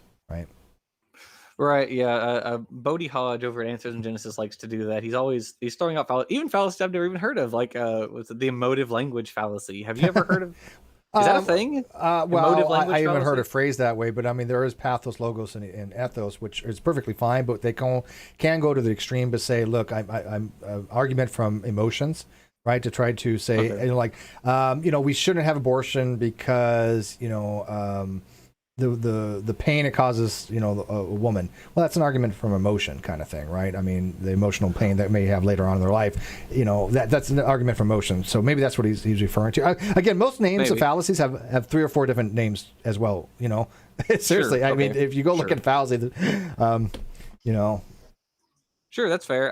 The one that he was responding to was, he said, someone had pointed out that they said, oh, well, the Bible has like talking snakes, and he's like, well, people dismiss the Bible because they say it has talking snakes, but that's the emotive language fallacy. Yeah, it's like, well, okay, well, that goes to like allegory, metaphors, and flowery language, right? Because sure, but he believes that there are talking snakes in the Bible. Well, that's not fallacy then. Yeah, it's like, because that's why I was like, well, but wait, you're a young earth creationist. You believe that. It might be a fallacy if you say, look, it has talking snakes in it, but that's just, metaphor. Okay, I can get on board with that. If you're a normal, your average Christian, they're just going to be like, yeah, that wasn't real. This is a metaphor and allegory for, a moral story. Fine, yeah, exactly. But if you're a creationist and then you say, well, you're just making fun of it, it's like, but you think that happened. I don't understand. Yep, exactly. So, anyway. All right, next one.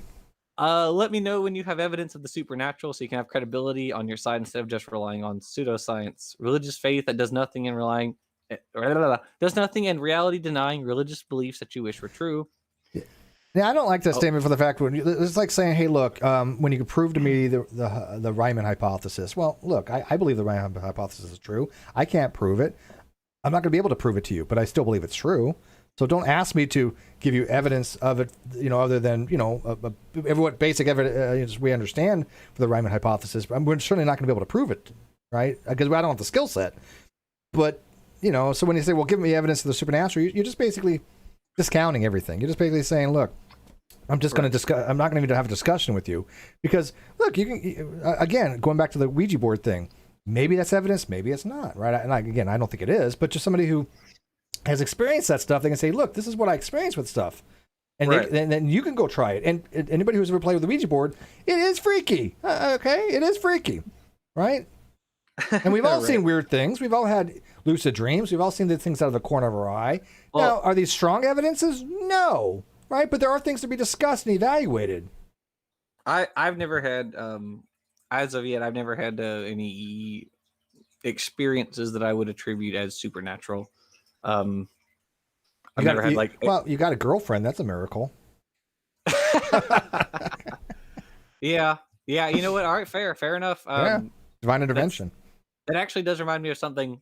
Well, I'll tell you later about it. But All right. at any rate, now Shawnee added the appeal to motive fallacy, but his bigoted diatribe is rather boring chin music now. Chin music.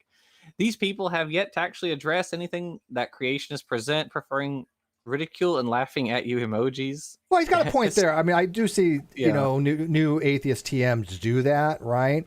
Oh, sure. we have sure. Standing for Truth in the chat who loves to do the what is it, the strong arm emoji, like, and the laughing face. So I mean, yes, both sides. it's on both sides. But It's see, both sides do I that. don't just ridicule. I mean, I look when I have read these young creationist things. I've read their Yes. blogs and their studies and their work. I have addressed them and said this is why I find them to be incorrect. Right, and Yeah. I don't ridicule them. I say, okay, this is Right. especially the ones that actually go put some effort into it. I'm like, okay, let's evaluate this, right? But again, Right. when it comes to things like math, right? You know, I love that whole 0.99 repeating equals one thing, and I use that because it is objective. And when I show somebody the proof of this in multiple different ways, and they still say, I don't believe you. Right. Yeah, at that point, they're not looking for evidence. They're not looking for to have a discussion. They basically, it's denialism, right? So I think creationists have to suffer from the same thing as well as atheists.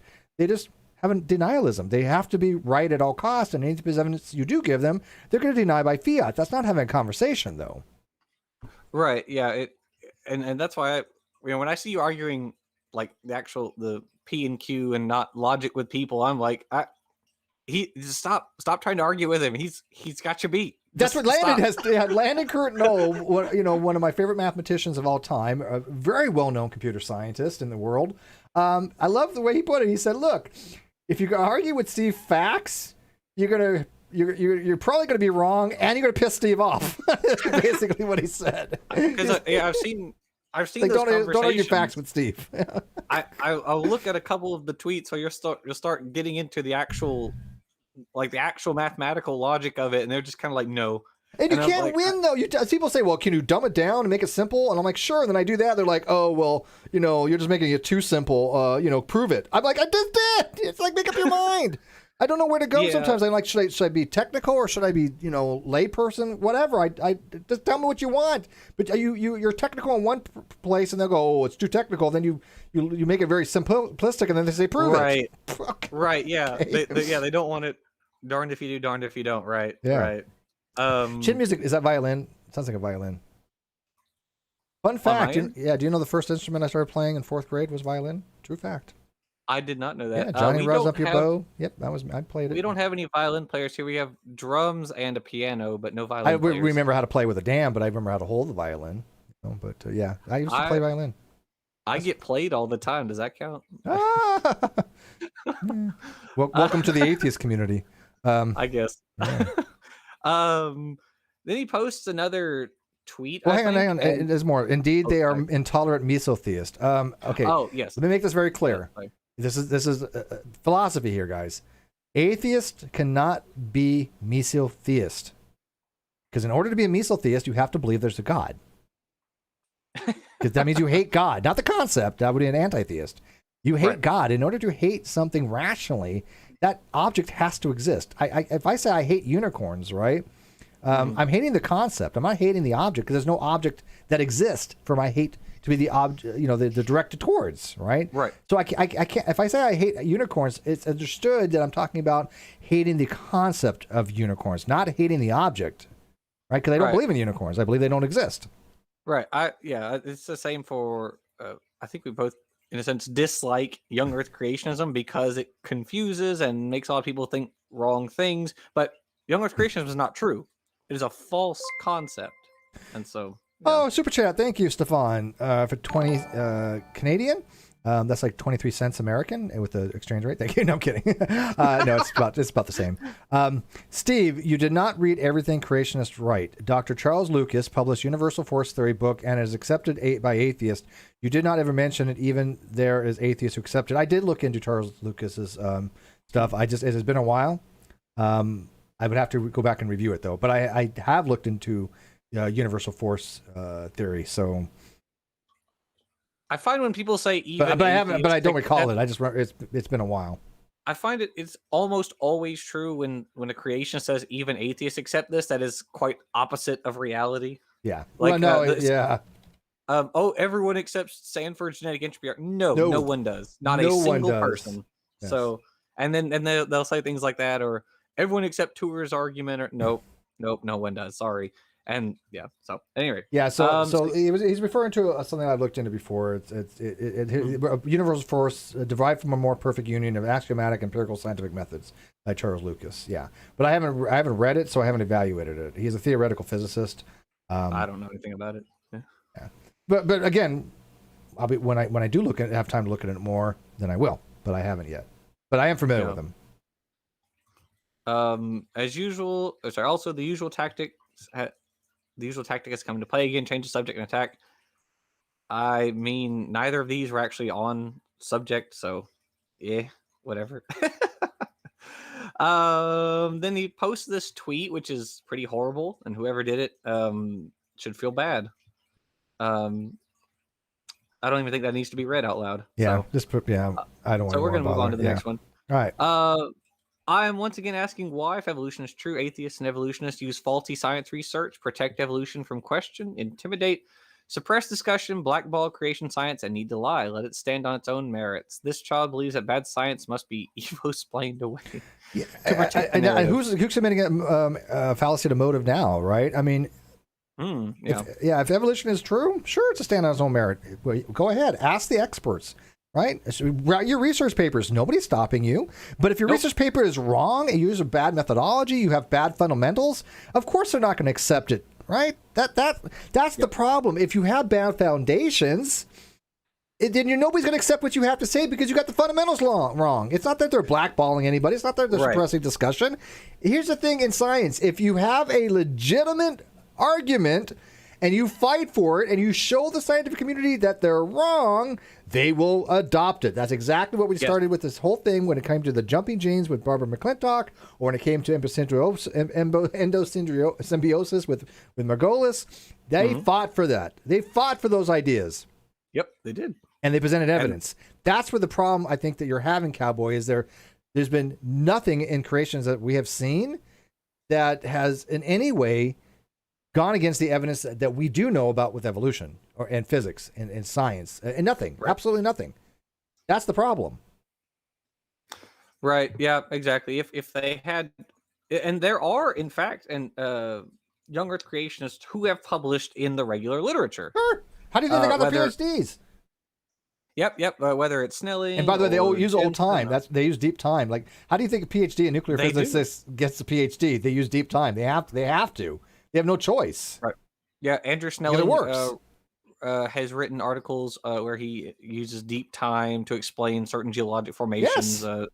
Kurt Wise was a paleontologist, things like that. Yes. These guys had to publish actual papers. By the way, I think it was Kurt Wise, not Todd Wood. who said, Oh, well, they both kind of said similar things yeah, along those lines. you think you might be right, but it was Kurt Wise, the exact quote that I was memorized as something along the lines of, even if all the evidence pointed against young Earth creationism, they still would believe it. And I think that was Kurt Wise, not Todd Wood. Todd Wood, well, you know what, they have seemed similar, because I remember Todd Wood actually saying something very He's similar. got the blog post where he says there is actually lots of evidence for evolution. Yeah, Todd Wood has actually said there's a lot of evidence for evolution, but he still accepts young Earth creationism. Yeah.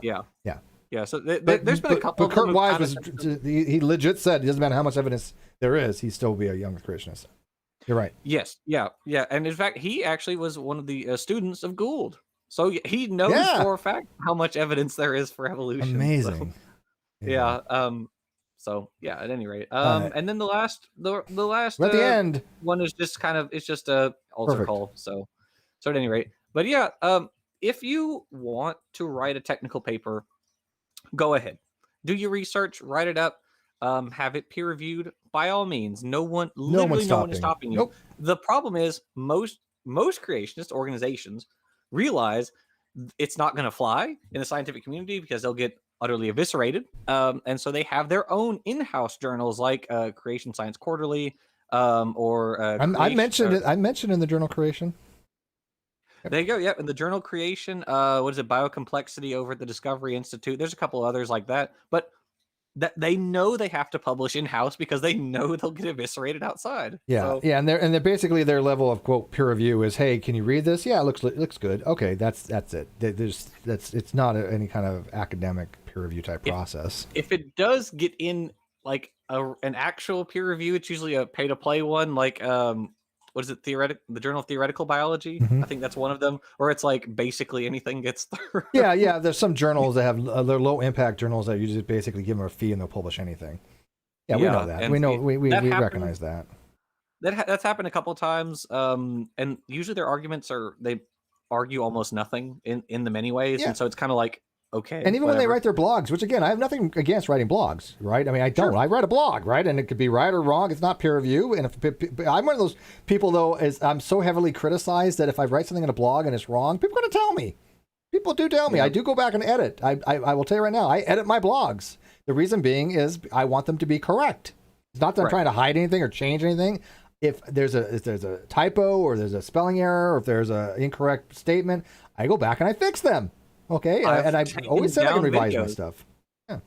Yeah, I've taken down videos because they were wrong, and we had to rewrite the script and redo the video. That's happened. And people tell you, "Hey, you made a boo-boo." Okay, great. Let me fix it. Yeah. I appreciate it. But when they say, "Hey, you're wrong," and then they make a very fundamental error that you can show that they're an error, and they insist upon it, at that point, I don't give much credence, right? Because I've demonstrated that they have a fundamental misunderstanding, right? Right.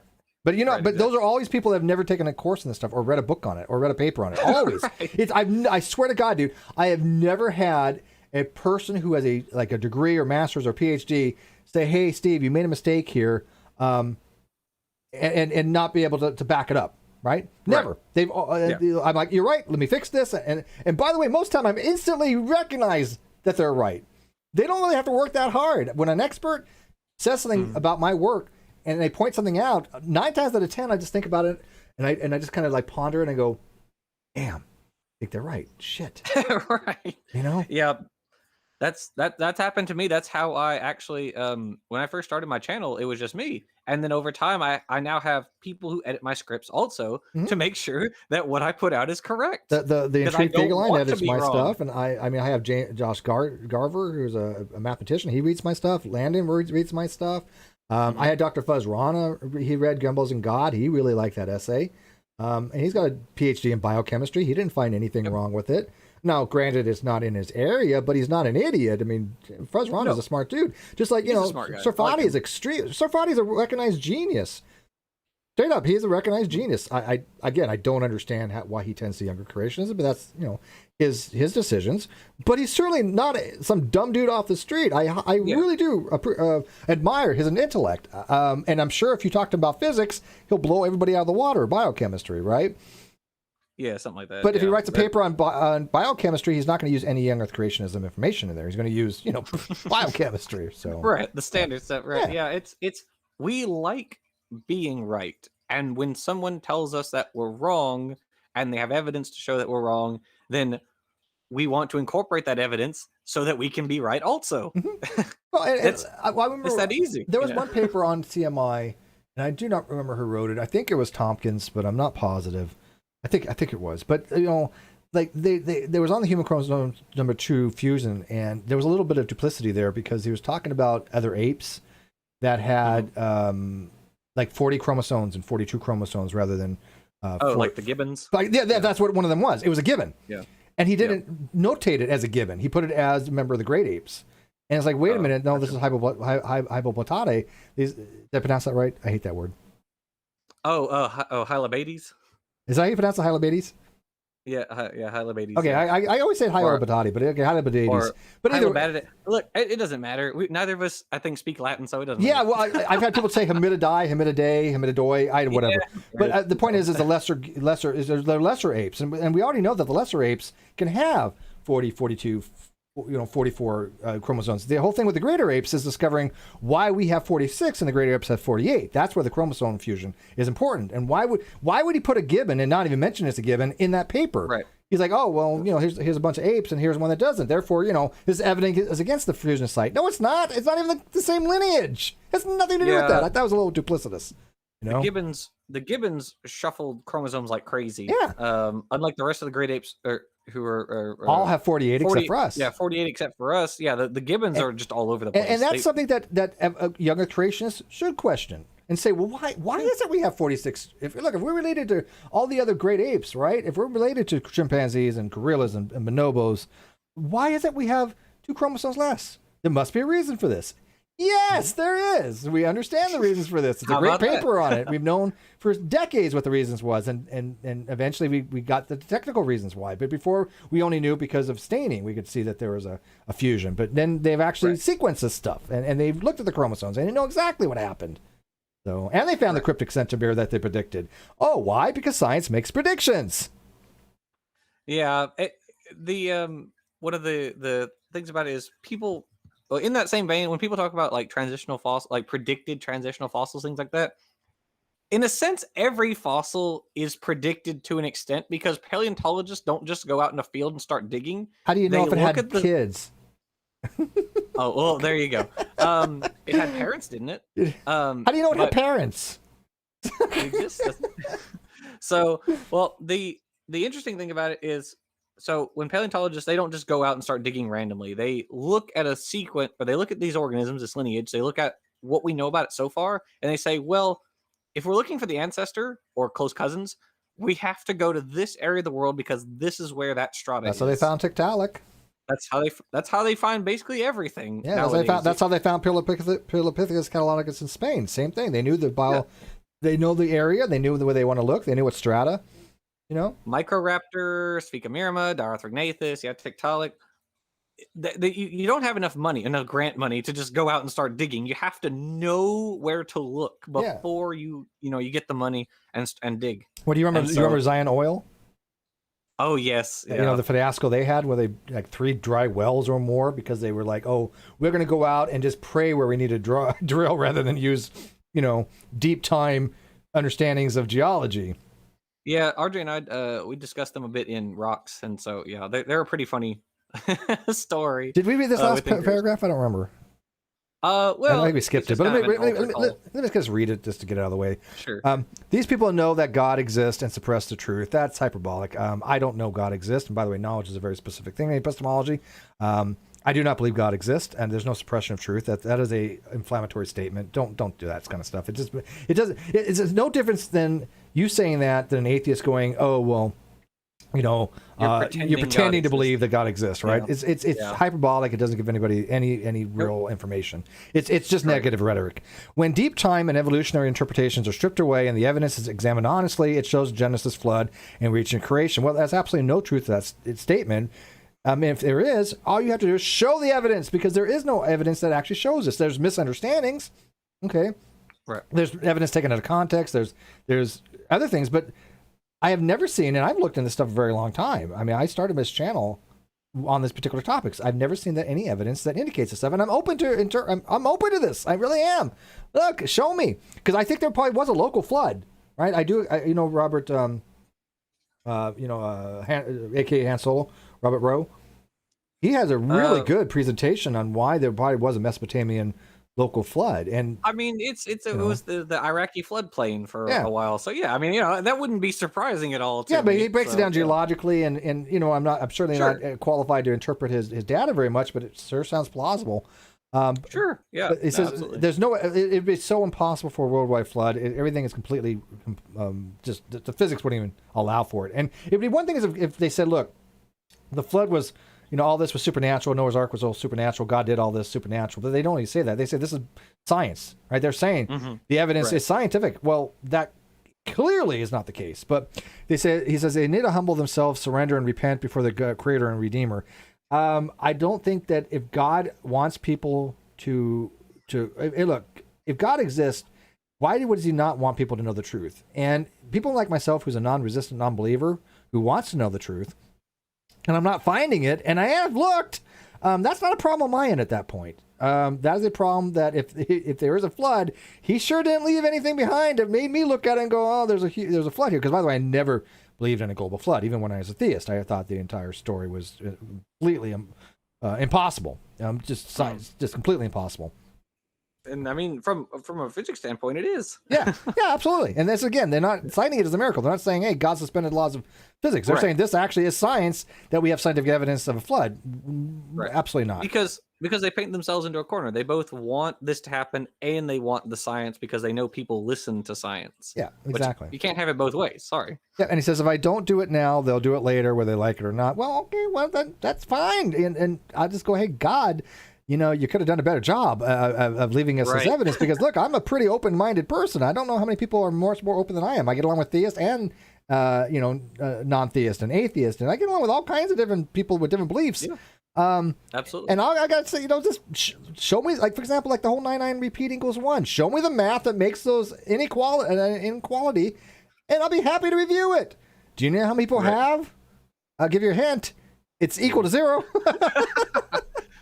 Yeah, it's another instance where you pull out the math and it's like, guys, please stop, please just stop arguing with it. But okay, I'll give you an example. There was mathematical dealing with something that I really am not that great at, and that comes to like combinations and permutations and things of that nature. I understand the whole choose and other things to a point, but I had done something when it came to probabilities. I think it was on the lottery or something, and I made one minor error. Right, I had it mostly right, but I had a minor error. And Landon said, "I think you made an error." And I was like, "Okay." He showed me the error, and you know what I did? You changed it. I was like, "Damn it!" There you go. Error. Why? Because he showed me exactly what the error was, and I'm like, "I can't refute this. What am I going to sit there and do? Look like an idiot?" I know he's right. Because I was like, "Yeah, I made the error." That's how it works. That's how math works, right? That is how math works. And by the way, I don't just believe people because of their standing. I've argued with many people that have expertise in these areas, and sometimes I will admit they have even made mistakes. It happens.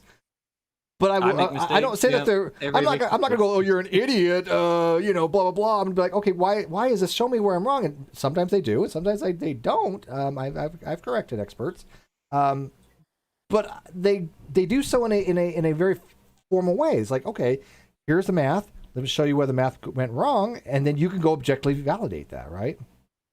Right. Yeah. Yeah. So, anyways, my kitty has decided to come up and this join was me. This was fun. It's been a long time since I got to hang out, bro. Yeah. There are. I just want to say for anyone who decides to go and read his blog, there are more interesting articles in this one. He didn't really make any arguments really in this one.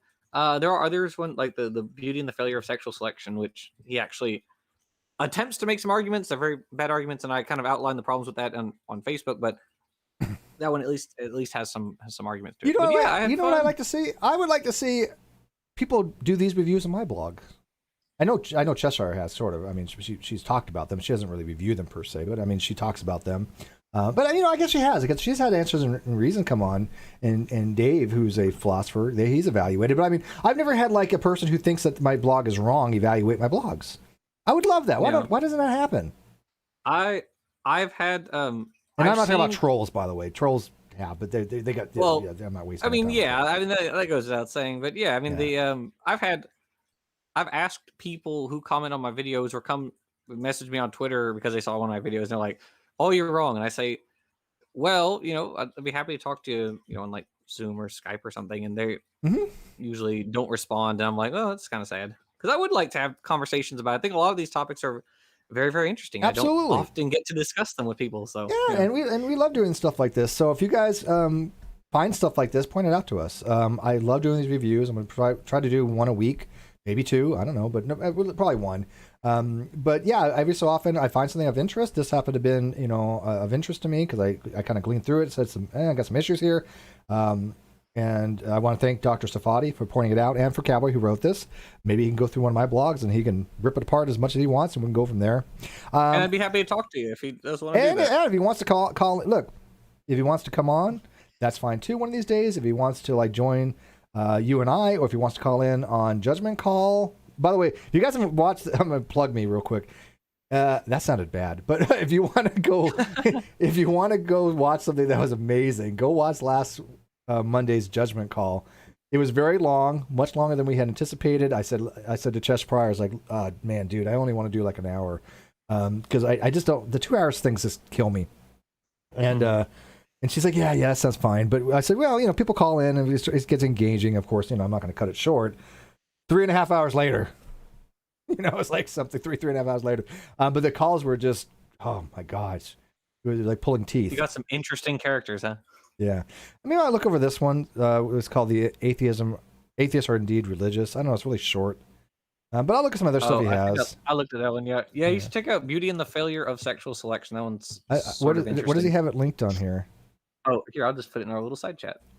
Let me do this, and then where's our little chat? There it is. I can just go to his. He do that too, but he's got Wonders of Gorillas. Oh, Beauty and the Failure of Sexual Selection. Oh, well, you found it then. Yeah, I found it. Yeah. But yeah, so I kind of read through that one. And I was like, he at least attempts to address some things in evolution, which are, like I said, they're wrong, but at least he's providing an argument here. So yeah, like, okay, here it says male birds are not always the ones with the brightest plumage either. In fact, some bird species have equivalent correlations. Okay, yeah, okay. I mean, yeah, that's true, but that doesn't refute sexual selection. It's like, yeah, sexual selection. Beauty is not what we consider beauty. Beauty is what the female considers beauty. Right. For example, and we know that even things like dietary considerations can affect sexual selection. With Maureen Dodd, Maureen Dodd did an experiment with Drosophila, where she had two sections of it. I know you're familiar with this, but for the audience, in one section they were giving, I believe, it was maltose, and in the other was a sucrose or dextrose. Yeah, I think it was maltose and sucrose. I think it was maltose and sucrose. But after these flies had basically survived on the sucrose or the maltose, when they were combined again, there were sexual selection preferences where they only would mate with each other, that same dietary history. That's interesting. That's huge. I think that was a really cool experiment, right? Yeah, and there have been other ones with because that one was with Pseudobscura, and there are others along those same lines where they changed the amino acids that they're getting in their diet, so it changed like what pheromones they're giving off and that sort of stuff. So yeah, that's, you can directly test sexual selection in the lab. It's very easy. And so, did you read on the disagreements on the dinosaur DNA half-life? By the way, DNA half-life is I've read some papers on DNA half-life. If you can remember the debacle years ago about does DNA dissolve or degrade in water, remember that whole nonsense? Oh Christ! How many videos I did explaining how DNA dissolves in water, but it doesn't degrade because it doesn't break the bonds. For several thousands of years. Some of them were millions of years for the backbone. What was his response? It was like your appeal to like experiment or something like that. It was just complete nonsense. I don't know. It was just because True didn't understand. His name was True Empiricism. He didn't understand what a dissolve meant. He didn't understand how you have a hydrogen that comes off and that produces, it changes the pH level in the solution. So yeah, when DNA dissolves in a solution, it doesn't break any of the bonds other than just releases the hydrogen. Yeah. And he could not grasp it. He thought the nucleotides would fall apart. He thought that the phosphate backbone would fall apart. And it's like, no, these bonds are pretty damn strong, actually. These are covalent bonds. Yeah.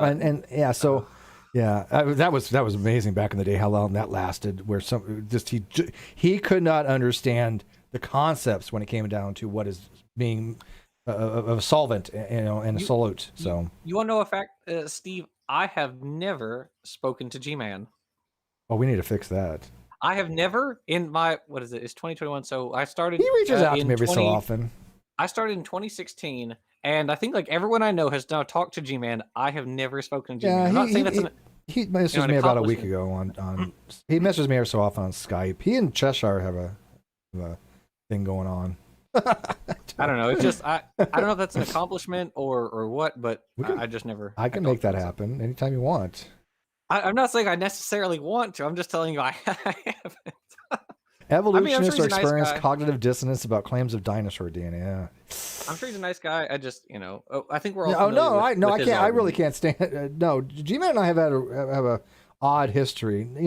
Granted, right. I mean, I'm not against. Okay, a lot of the things I held against him have long kind of dissipated. I think it's nothing I really want to dwell on. And so, will I ever talk to him again? Sure. Like I said, he reached out to me last week. I know he talks to Cheshire. I chalk up to the fact that I think he just has a lot of issues, right? I don't think he really goes out of his way to be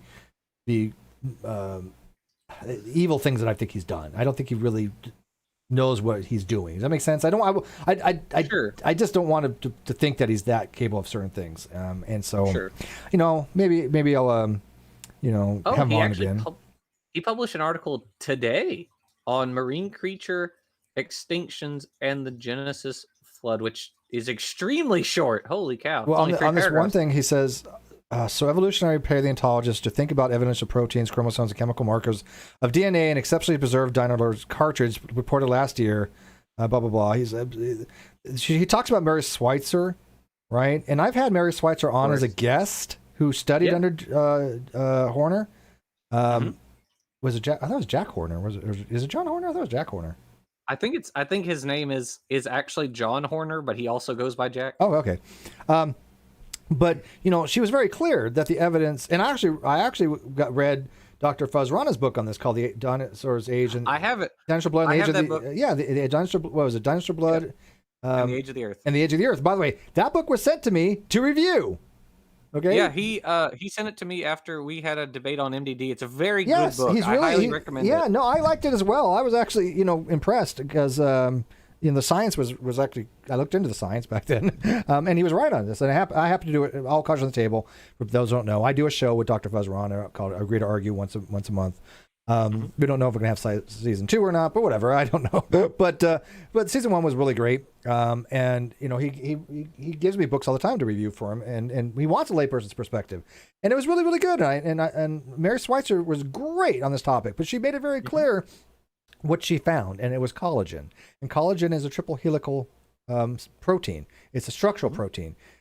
It's impressive that it lasted 75 million years, but it's not like, oh, well, it can't be that old. No, she explained. That's what it was so popular with her. She explained how it was preserved with iron and in the blood in a system that was basically had no enzymes to break it down. Right? There was no collagenase. There was no environmental effects. There was no bacteria. Right? So. Anyways, we are well familiar with Dr. Schweitzer's work. I've read her papers. You've read her papers. Mm-hmm. Yep. I've read a couple of her papers. And so I don't know what he's arguing here about. Why he would mention Mary Schweitzer. When she's just a name drop. When the dinosaur tissue didn't have DNA, it had collagen. It might have had blood cells, but she couldn't. She even said to me. She told me straight up. She didn't have the evidence to claim they were red blood cells, even though they look like red blood cells, and they probably were red blood cells, and would have been great if it was. But she didn't have the evidence to actually make that claim, unfortunately. I think it would be really cool if we had non-avian dinosaur DNA. I think that'd be really cool. Sure. Same for any of the other biomolecules from non-avian dinosaurs. Okay, people are telling me, it's Robert. Yeah, John Robert Horner goes by Jack. That makes sense. Yeah. That sounds right. It would be cool. I think, I don't think there's a single paleontologist who wouldn't do a backflip if we found original tissue from a Tyrannosaurus. Do you know what Horner said to Schweitzer when she brought this to him? And this is what she's told me. What? He said, do your PhD thesis on this. Go run with it. Yeah. And absolutely. she said no, nobody in the scientific community told her not to. Nobody's threatened her. Nobody threatened her career. She made it very clear that none of that had happened. She says that every younger creationist that has talked about this particular subject with has gotten it wrong, and she's corrected them. Yeah, well, they love the persecution porn. That is a staple of creationism. Whether it's Stephen Meyer or the Mark he's not a younger Armitage creationist. He's an intelligent design advocate. Well, no, yeah, I mean you're correct, but yeah, with a lot of the anti-evolutionists, absolutely, it's a staple. I got kicked out of my job. Persecuting me. Mark Armitage. It's like, yeah, you got let go because either you weren't needed or you didn't do your job correctly, and they're not rehiring. Well, look at what Mark Armitage did, man. He outright lied and he's to the people doing the samples, and then he's like, well, it shouldn't have mattered if I lied or not. Yeah, well, no, it does how you calibrate things. Yeah, it absolutely doesn't. So, of course, it matters. Persecution porn is very, very much loved among the anti-evolutionists. But anyways, guys, we're going to wrap this up. I got 5 minutes left. If you guys have any last-minute questions for me or Jackson Wheat, who, by the way, like I said, I love having Jackson Wheat on. You are straight up one of my favorite people for biology, and just a nice guy. And thanks. And don't get stuck in that atheist community crap, dude. Just stay away from do biology, man. I mean, you've seen me. I don't really argue, philosophy or anything like that, and so I just not yet. You are learning philosophy, and then you'll be a force to be reckoned. I would like to know epistemology more. I would like to study it. So I have his link to his video channel below. So please go subscribe to him, like and subscribe to this channel. We only have like 3 likes, I think. At least I haven't refreshed. So if we get a little bit more likes, would be great. If you guys want to share this, would be great too. Please become a member of the channel by hitting join, and I appreciate that. Or become a Patreon, or both. Every little bit helps. So I am pimping myself out every episode because I'm going on vacation this summer and I want to be able to eat. Understandable. I've been dieting, and seriously, I've been thinking to myself, man, when I go out of town, I'm going to be eating some food, like not even calorie counting. I don't care. I'm just going to be like, oh, cannolis. Give me a cannoli. My life for cannoli, right? Somebody had asked, is Jackson going on RJ's show tonight? Yes, I should be there as per usual. Yep, everybody go check out RJ Downer Devolution Hour in 3 hours. Yep. Rayleigh says, when will you reveal your true identity? If there's been enough people done background checks on me that would know my true identity by now. Yeah, I've had so many. Do you know how many people have done background checks on me, hoping they're going to get dirt? Like, okay. Yeah, I don't. I'm glad I'm a very boring person. So. All right, well, we're gonna wrap it up then. Go if you're gonna be on RJ's thing tonight. I'll try to put the link in the video description if you have it. With that, we're gonna wrap it up, and we appreciate you guys. Leave comments, let me know what you think. If you are a young creationist, by all means, review Jackson's channel and the work that we do.